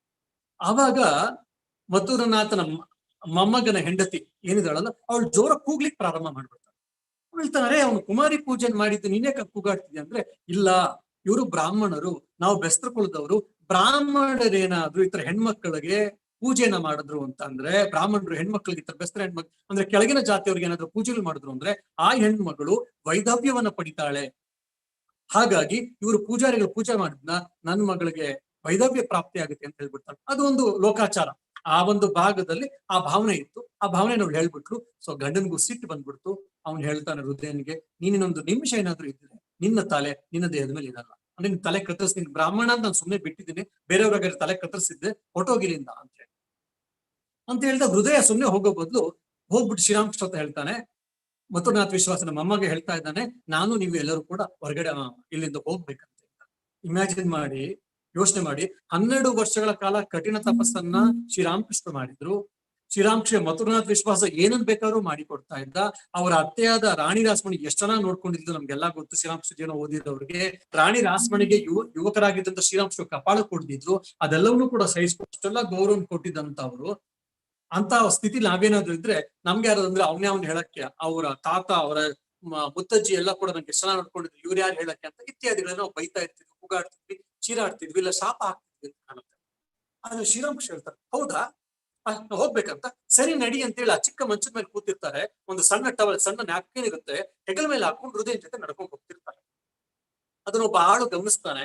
ಆಳು ಹೋಗಿ ಯಜಮಾನ್ ಹತ್ರ, ಮಥುರ್ನಾಥ್ ವಿಶ್ವಾಸ ಮೊಮ್ಮಗನ ಹತ್ರ ಹೇಳ್ತಾನೆ, ಠಾಕೂರ್ ಹೋಗ್ತಿದ್ದಾರೆ, ಶ್ರೀರಾಮಕೃಷ್ಣ ಹೋಗ್ತಾ ಇದ್ದಾರೆ ಅಂತ. ಅವಾಗ ಇಮ್ಮಿಡಿಯೇಟ್ ಅವ್ನ್ ಭಯ ಆಗುತ್ತೆ, ಹೆಚ್ಚು ಕಮ್ಮಿ ಅಂತ ಒಂದು ಓಡ್ ಬರ್ತಾನೆ. ಶ್ರೀರಾಮಕೃಷ್ಣ ಎಂಟ್ರೆನ್ಸ್ ಗೇಟ್ ಅದಷ್ಟೊತ್ತಿಗೆ ಆಗ್ಲೇ ಬಂದಿರ್ತಾರೆ. ಅವ್ನ್ ಬಂದ್ಬಿಟ್ಟು, ಠಾಕೂರ್ ನಾನು ನಿಮ್ಗೆ ಹೇಳಿಲ್ಲ, ಹೃದಯರಾಮನ್ಗೆ ಅಷ್ಟೇ ಹೇಳಿದ್ದು, ನಿಮ್ಗೆ ಹೇಳಿಲ್ಲ. ದಯವಿಟ್ಟು ಎಲ್ಲೋ ತಪ್ಪಾಗಿ ಯಾರು ಹೇಳಿದ್ದಾರೆ, ದಯವಿಟ್ಟು ನೀವು ಎಲ್ಲೂ ಹೋಗ್ಬೇಕಾಗಿಲ್ಲ, ದಯವಿಟ್ಟು ನಿಮ್ ಕೋಣೆಯಲ್ಲಿ ನೀವು ಇಲ್ಲೇ ಇರಿ ಅಂತ ಹೇಳಿ ಅವನ ಅಂಗಲಾಚೆ ಹೇಳಿ. ಇಷ್ಟೆಲ್ಲ ಆದಾಗ ಮೊದ್ಲೇ ಬೈದಿರ್ತಿದ್ವಿ. ಇಲ್ಲ ಸರಿ ಹೇಳಿದ್ರು ಇನ್ನೇನ್ ಮಾಡುದು, ಓನರ್ ಹೇಳಿದಾನೆ ಬಿಡು, ಅವ್ರ ತಾತ ಮತ್ತು ಮುತ್ತಜ್ಜಿ ಎಲ್ಲ ಹೊಟ್ಟೋಗಿದ್ದಾರೆ, ಇವ್ರಿಗೇನ್ ಗೊತ್ತಾಗುತ್ತೆ, ನಮ್ಮಿದು ಹೊರಗಡೆ ಹೋಗೋಣ ಭಕ್ತರೆಲ್ಲ ಇದ್ದಾರೆ ನೋಡ್ಕೊಳ್ತಾರೆ ಬಿಡು ಅಂತ ನಾವ್ ಅನ್ಕೊಂಡು ಹೋಗಿದ್ರು ಕೂಡ ನನ್ನ ಹತ್ರ ಆಟ ಆಡ್ತಿದ್ವಿ ಹಾಗೆ ಅಂತ ನಾವು ಪ್ರಾಯಶಃ ಬೈದಿರ್ತೀವಿ. ಆದ್ರೆ ಶ್ರೀರಾಮಕೃಷ್ಣ, ಹೌದಾ ನೀನ್ ನಂಗೆ ಹೇಳಿಲ್ವಾ, ಹೃದಯನ್ಗೆ ಅಷ್ಟೇ ಹೇಳಿದ್ದು, ಸರಿ ಆಗಲ್ಲ, ಹೃದಯ ನಿನ್ಗೆ ಅಷ್ಟೇ ಅಂತ ಕಣೋ ಹೇಳಿದ್ದು, ನನ್ಗೆ ಹೇಳಿಲ್ವಂತೆ, ನೀನು ಹೋಗು ಅಂತ ಹೇಳಿ ಹೃದಯನಿಗೆ ಹೋಗು ಅಂತ ಹೇಳ್ಬಿಟ್ಟು, ಇವ್ರು ಏನೂ ಆಗ್ಲಿಲ್ಲ ಅನ್ನೋಂಗೆ ಸುಮ್ನೆ ಆ ಟವಲ್ನ ಅವರ ಭುಜದ ಮೇಲೆ ಏನಿತ್ತಲ್ಲ ಮತ್ತೊಂದ್ಸರಿ ಅದನ್ನೇ ಹಾಕೊಂಡು ಕೋಣೆಗೆ ಹೊರಟೋಗ್ತಾರೆ. ಅವರಲ್ಲಿ ಯಾವ ಭಾವವಿಕಾರವೂ ಇರಲಿಲ್ಲ, ಅವರಲ್ಲಿ ಯಾವ ಚಿತ್ತ ಚಂಚಲತೆಯೂ ಇರಲಿಲ್ಲ, ಅವರಲ್ಲಿ ಯಾವ ನಕಾರಾತ್ಮಕ ಭಾವನೆಗಳು ಇರಲಿಲ್ಲ. ಯಾಕಪ್ಪ ಅಂದ್ರೆ ಇವರು ಶ್ರೀರಾಮಕೃಷ್ಣ, ಶಾರದಾದೇವಿ, ವಿವೇಕಾನಂದ ಇವರೆಲ್ಲರೂ ಕೂಡ ಯಾವಾಗ್ಲೂ ಆತ್ಮ ಭಾವದಲ್ಲಿ ಇರ್ತಾ ಇದ್ರು, ಸಾಕ್ಷಿ ಭಾವದಲ್ಲಿ ಇರ್ತಾ ಇದ್ರು. ಇದನ್ನೇ ನಮ್ಗೆ ಭಗವದ್ಗೀತೆಯಲ್ಲಿ ಅರ್ಜುನನಿಗೆ ಶ್ರೀಕೃಷ್ಣ ಉಪದೇಶ ಮಾಡಿದ್ರು. ನಾವು ಸಂಸಾರವನ್ನ ಆಚೆ ಬರ್ಬೇಕು ಅಂದ್ರೆ ಜೀವನದಲ್ಲಿ ಸುಖ ದುಃಖ ನೋವು ನಲಿವು ಲಾಭ ನಷ್ಟ ಇವೆಲ್ಲ ಬರ್ತಾ ಇರುತ್ತೆ ಹೋಗ್ತಾ ಇರುತ್ತೆ. ಇದನ್ನ ಯಾವ ರೀತಿ ನಾವು ಸ್ವೀಕರಿಸ್ಬೇಕು ಅಂದ್ರೆ, ನೀನ್ ಇದಲ್ಲ ಅಲ್ವಲ್ಲಪ್ಪ, ನೀನ್ ದುಃಖನ ಅಲ್ಲ, ನೀನ್ ಸುಖನ ಅಲ್ಲ, ನೀನ್ ನೋವ ಅಲ್ಲ, ನೀನ್ ನಲಿವ ಅಲ್ಲ, ಮತ್ ನೀನ್ ಯಾರು? ನೀನು ಆತ್ಮ, ನೀನು ಕ್ಷೇತ್ರಜ್ಞ. ಹಾಗಾಗಿ ನೀನ್ ಆತ್ಮ ಸ್ವರೂಪಿಯಿಂದ ಸಚ್ಚಿತ್ ಆನಂದ ಸ್ವರೂಪಿಯಾದಿಂದ ಇದ್ಯಾವುದು ನಿನಗ್ ಸೇರಿರ್ದಲ್ಲ, ನೀನ್ ಯಾವ್ದು ಅದಕ್ಕೆ ಸೇರಿರ್ದಲ್ಲ, ಇದರಿಂದ ಯಾಕೆ ನೀನು ವಿಚಲಿತನಾಗ್ತೀಯ ಅಂತ ಹೇಳಿ ಆತ್ಮ ಭಾವದಲ್ಲಿ ಇರುವಂತೇಳಿ ಶ್ರೀರಾಮಕೃಷ್ಣ ಜೀವನದಲ್ಲೂ ಕೂಡ ಅದನ್ನ ನಾವು ಕಾಣ್ತೀವಿ. ಅವ್ರು ಯಾವಾಗ್ಲೂ ಆ ಆತ್ಮ ಭಾವದಲ್ಲಿ, ಉನ್ನತ ಭಾವದಲ್ಲಿ ಇರ್ತಿದ್ರು, ಸಾಕ್ಷಿ ಭಾವದಲ್ಲಿ ಇರ್ತಾ ಇದ್ರು. ಅಂದ್ರೆ ನಾನು ಸಾಕ್ಷಿ, ಇದೊಂದು ದೇಹದಲ್ಲಿ ಇರುವುದರಿಂದ ನಾನು ದೇಹಿ, ಇದೆಲ್ಲವೂ ಕೂಡ ಜಗತ್ತು, ಇದೆಲ್ಲ ಪ್ರಕೃತಿ ಅನ್ನುವಂತ ಆ ಭಾವನೆ, ಆ ದೃಷ್ಟಿಕೋನ, ಆ ಅನುಭವ ಅವ್ರಿಗೆ ಯಾವಾಗ್ಲೂ ಇದ್ರಿಂದ ಅವ್ರು ಯಾವತ್ತೂ ಕೂಡ ವಿಚಲಿತರಾಗ್ತಿರ್ಲಿಲ್ಲ, ಪ್ರತಿಕ್ರಿಯೆಯನ್ನ ಮಾಡ್ತಾ ಇರಲಿಲ್ಲ. ಯಾವುದೇ ಸನ್ನಿವೇಶಗಳು ಕೂಡ ಅವರನ್ನು ವಿಚಲಿತರನ್ನಾಗಿ ಮಾಡದೇ ಇರೋದ್ರಿಂದ ಅವರ ನಕಾರಾತ್ಮಕ ಭಾವನೆಗಳೇ. ಶ್ರೀರಾಮಕೃಷ್ಣ ಯಾರು ತಪ್ಪು ಮಾಡಿದಾಗ ಆ ತಪ್ಪನ್ನು ಸರಿ ಮಾಡ್ಲಿಕ್ಕೆ, ತಿದ್ದಲಿಕ್ಕೋಸ್ಕರ ಅಂತಿರು ಬಿಟ್ರೆ ಅವರಲ್ಲಿ ಯಾವುದೇ ರೀತಿಯ ಕಾಮಕ್ರೋಧಾದಿಗಳನ್ನ ನಾವು ನೋಡೋದಿಲ್ಲ, ಯಾವುದೇ ಚಿತ್ತ ಚಾಂಚಲ್ಯಗಳನ್ನ ನೋಡೋದಿಲ್ಲ. ಯಾರೋ ಒಬ್ರು ಸುಮ್ಮನೆ ಅನವಶ್ಯಕ ಕೋಪ ಮಾಡ್ಕೊಂಡು ಬೈದ್ರು, ಸಿಟ್ಟಾಗಿ ಬೈದು ಆಮೇಲೆ ಕ್ಷಮೆ ಕೇಳೋದು ಅಂತ ನಾವು ಶ್ರೀರಾಮಕೃಷ್ಣ ಜೀವನದಲ್ಲಿ ಎಲ್ಲೂ ನಾವು ಕಾಣಲ್ಲ. ಯಾಕಪ್ಪ ಅಂದ್ರೆ ಅವರು ಸಾಕ್ಷಿ ಭಾವದಲ್ಲಿ. ಇದು ನಮ್ಗೆ ನಕಾರಾತ್ಮಕ ಭಾವನೆಯಿಂದ ನಾವು ಶ್ರೀರಾಮಕೃಷ್ಣ ಭಕ್ತರಾಗಿ ಆಧ್ಯಾತ್ಮಿಕ ಸಾಧಕರಾದವರಿಗೆ ನಮಗೆ ಮೊದಲನೇ ಸಾಧನ ನಕಾರಾತ್ಮಕ ಭಾವನೆಯಿಂದ ಹೊರಗಡೆ ಹೇಗಪ್ಪ ಬರ್ಬೋದು ಅಂದ್ರೆ ಆತ್ಮ ಭಾವದಿಂದ, ಸಾಕ್ಷಿ ಭಾವದಿಂದ, ಕ್ಷೇತ್ರಜ್ಞ ಭಾವದಿಂದ. ಅಂದ್ರೆ ನಾನು ಕ್ಷೇತ್ರಜ್ಞ, ಈ ದೇಹ ಕ್ಷೇತ್ರ, ನಾನು ಆತ್ಮ, ಈ ದೇಹ, ಮನಸ್ಸು, ಬುದ್ಧಿ, ಜಗತ್ತು ಎಲ್ಲವೂ ಕೂಡ ಪ್ರಕೃತಿಗೆ ಸೇರಿರೋದು, ನಾನ್ ಬೇರೆ, ಈ ಜಗತ್ತು ಬೇರೆ. ಹಾಗಾಗಿ ನಾನು ಇದರಿಂದ ಬಾಧಿತನಾಗುವಂತವನು ಅಲ್ಲ ಅನ್ನುವಂತ, ನಾನು ಆತ್ಮ ಸದಾ ಶಿವೋಹಂ ಶಿವೋಹಂ ಶಿವೋಹಂ ಭಾವನೆಯಿಂದ ನಾವು ಯಾವುದಕ್ಕೂ ವಿಚಲಿತರಾಗದೇ ಇರುವಂತ ಆತ್ಮಭಾವನ ಇರ್ಲಿಕ್ಕೆ ಸಾಧ್ಯ. ಆದ್ರೆ ಇದು ಎಷ್ಟು ಜನರಿಗೆ ಇರ್ಲಿಕ್ಕೆ ಸಾಧ್ಯ? ಕೆಲವು ಜನರಿಗೆ. ಸ್ವಾಮಿ ವಿವೇಕಾನಂದ ಜೀವನದಲ್ಲಿ ನೋಡಿ, ಅವ್ರ ತಂದೆ ತೀರು ಹೋದ್ಮೇಲಿಂದ ಹಿಡಿದು ಸ್ವಾಮಿ ವಿವೇಕಾನಂದ ಮಹಾಸಮಾಧಿ ಹೊಂದುವರೆಗೂ ಎಷ್ಟೆಲ್ಲ ಕಷ್ಟಗಳನ್ನು ಅನುಭವಿಸ್ತಾರೆ, ಎಷ್ಟೆಲ್ಲ ಸಮಸ್ಯೆಗಳನ್ನು ಅನುಭವಿಸ್ತಾರೆ, ಎಷ್ಟೆಲ್ಲ ಸವಾಲುಗಳನ್ನು ಅನುಭವಿಸ್ತಾರೆ, ಎಷ್ಟೆಲ್ಲ ಟೀಕೆ ಟಿಪ್ಪಣಿಗಳನ್ನ ಅನುಭವಿಸ್ತಾರೆ, ಎಷ್ಟೆಲ್ಲ ಅಪಮಾನಗಳನ್ನು ಅನುಭವಿಸ್ತಾರೆ. ಆದ್ರೂ ಕೂಡ ಅವ್ರು ಆನಂದವಾಗಿದ್ರು. ಯಾಕಪ್ಪ ಅಂದ್ರೆ ಅವರು ಕೂಡ ಆತರ ಆತ್ಮಭಾವದಲ್ಲಿ ಇದ್ರು. ನಾವು ಆತ್ಮಭಾವದಲ್ಲಿ ಇರ್ಲಿಕ್ಕೆ ಸಾಧ್ಯ ಆಯ್ತು ಅಂದ್ರೆ, ಆ ಸಾಕ್ಷಿ ಭಾವದಲ್ಲಿ ಇರ್ಲಿಕ್ಕೆ ಸಾಧ್ಯ ಆಯ್ತು ಅಂದ್ರೆ ಇದ್ಯಾವುದೂ ನಮ್ಮನ್ನ ಬಾಧಿಸಲ್ಲ. ಅವಾಗ ನಮ್ಮ ನಕಾರಾತ್ಮಕ ಭಾವನೆಗಳಿಂದ ಮುಕ್ತರಾಗೋದು ಹೇಗೆ ಅಂತ ನಮ್ಗೆ ಪ್ರಶ್ನೆನೇ ಬರುತ್ತೆ. ಇದಕ್ಕೆ ಪ್ರಾಯಶಃ ನಿಮ್ಗೆ ಇನ್ನೂ ಸ್ಪಷ್ಟವಾಗಿ ಅರ್ಥ ಆಗ್ಬೇಕು. ಒಂದು ಸಣ್ಣ ಉದಾಹರಣೆ ಕೊಟ್ಟು ನಾವು ಮುಂದಕ್ಕೆ ಹೋಗ್ತೀವಿ. ಉದಾಹರಣೆಗೆ ನೀವು ಶ್ರೀರಂಗಪಟ್ಟಣಕ್ಕೆ ಬಂದಿರ್ತೀರಾ ಅನ್ಕೊಂಡು. ಶ್ರೀರಂಗಪಟ್ಟಣಕ್ಕೆ ಬಂದಿದ್ರಿ, ಪಶ್ಚಿಮ ವಾಹಿನಿಲಿ ಸ್ನಾನವನ್ನ ಮಾಡ್ತಾ ಇದ್ರಿ, ಯಾವುದೋ ಒಂದು ಪರ್ವಕಾಲ, ಹಂಗ ಪರ್ವಕಾಲದಲ್ಲಿ ಸ್ನಾನ ಮಾಡ್ಬೇಕು ಅಂತ ನೀವೆಲ್ಲ ಬೆಂಗಳೂರವ್ರಿಗೆಲ್ಲ ಶ್ರೀರಂಗಪಟ್ಟಣ ಹತ್ರ, ಹಂಗ ಶ್ರೀರಂಗಪಟ್ಟಣಕ್ಕೆ ಹತ್ರಕ್ಕೆ ಬಂದಿದ್ರಿ. ಶ್ರೀರಂಗಪಟ್ಟಣ ಪಶ್ಚಿಮ ವಾಹಿನಿಯಲ್ಲಿ ಸ್ನಾನವನ್ನ ಮಾಡ್ತಾ ಇದ್ರಿ. ಸ್ನಾನವನ್ನ ಮಾಡ್ತಾ ಇದ್ದ ಸಮಯದಲ್ಲಿ ಯಾರೋ ಗಲೀಜು ನೀರನ್ನ, ಚರಂಡಿ ನೀರನ್ನ ಬಿಟ್ಟುಬಿಟ್ರು. ಚರಂಡಿ ನೀರನ್ನ ಬಿಟ್ಬಿಟ್ರು. ಅದ್ ಗೊತ್ತಿಲ್ಲದೆ ನೀವು 3 ಸರಿ ಮುಳುಗ್ಬೇಕು ಅಂತ ಮುಳುಗಿ ಹೇಳಷ್ಟು ನೋಡಿ ಚರಂಡಿ ನೀರು ಅಯ್ಯೋ ಅಂತೇಳಿ ಗಲೀಜು ಎಲ್ಲ ಎದ್ದು ಬಂದ್ಬಿಟ್ರು. ಮೊದ್ಲು ನೀರ್ ಚೆನ್ನಾಗಿತ್ತು, ಆನಂದ ಪಡ್ತಾ ಇದ್ರಿ.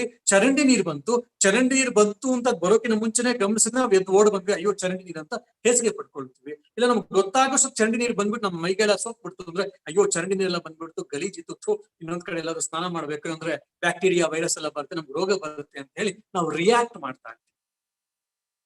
ಅದೇ ಯಾರೋ ಒಬ್ರು ನಮ್ ಜೊತೆ ಬಂದಿರೋರು, ಇಲ್ಲ ನಾನು ಸ್ನಾನ ಮಾಡ್ಕೊಂಡು ಬಂದಿದ್ದೀನಿ, ನಾನು ಸ್ನಾನ ಮಾಡಕ್ ನಂಗಿಲ್ಲ, ಸುಮ್ಮನೆ ಪ್ರೋಕ್ಷಣೆ ಮಾಡ್ಕೊಂಡು ನಾನು ಇದ್ ಬಿಡ್ತೀನಪ್ಪ ಅಂತ ಹೇಳಿ ಅವ್ರು ಪ್ರೋಕ್ಷಣೆ ಮಾಡ್ಕೊಂಡು ದಡದ ಮೇಲೆ ಕೂತಿದ್ರು. ನಾವು ಸ್ನಾನ ಮಾಡ್ತಾ ಆನಂದವನ್ನು ಅನುಭವಿಸ್ತಾ ಇದ್ವಿ, ಅವ್ರು ಅದನ್ನ ಗಮನಿಸ್ತಾ ಇದ್ರು. ಚರಂಡಿ ನೀರು ಬಂದಾಗ ಅಯ್ಯೋ ಚರಂಡಿ ನೀರು ಬಂತು ಅಂತ ಹೇಳಿ ಅವ್ನ ಚರಂಡಿ ನೀರು ಯಾರು ಬಿಟ್ನೋ ಅಂತ ಹೇಳಿ ಅವ್ನ ಕಾರ್ಪೊರೇಷನ್ ಯಾರಿಗೂ ಬೈತಾ ಇವನ್ನ ಬೈಕೊಂಡೆಲ್ಲ ನಾವು ಬಂದು ನಮ್ಮ ಮನಸ್ಸನ್ನು ಕಲುಷಿತ ಮಾಡ್ಕೊಂಡಿದ್ವಿ. ಹೇಗೆ ಆ ನದಿಯ ನೀರು ಕಲುಷಿತವಾಗಿತ್ತು, ಅದೇ ನಮ್ಮ ಮನಸ್ಸು ಕಲುಷಿತವಾಗಿತ್ತು. ಅದನ್ನು ಅವ್ರು ಗಮನಿಸಿದ್ರು. ಆ ಸಮಯದಲ್ಲೂ ನಾವು ಸ್ವಚ್ಛ ನೀರಿನಲ್ಲಿ ಶುದ್ಧವಾದ ನೀರು ಸ್ನಾನ ಮಾಡ್ತಿದ್ದಾಗೂ ಅವ್ರು ಗಮನಿಸ್ತಾ ಇದ್ರು.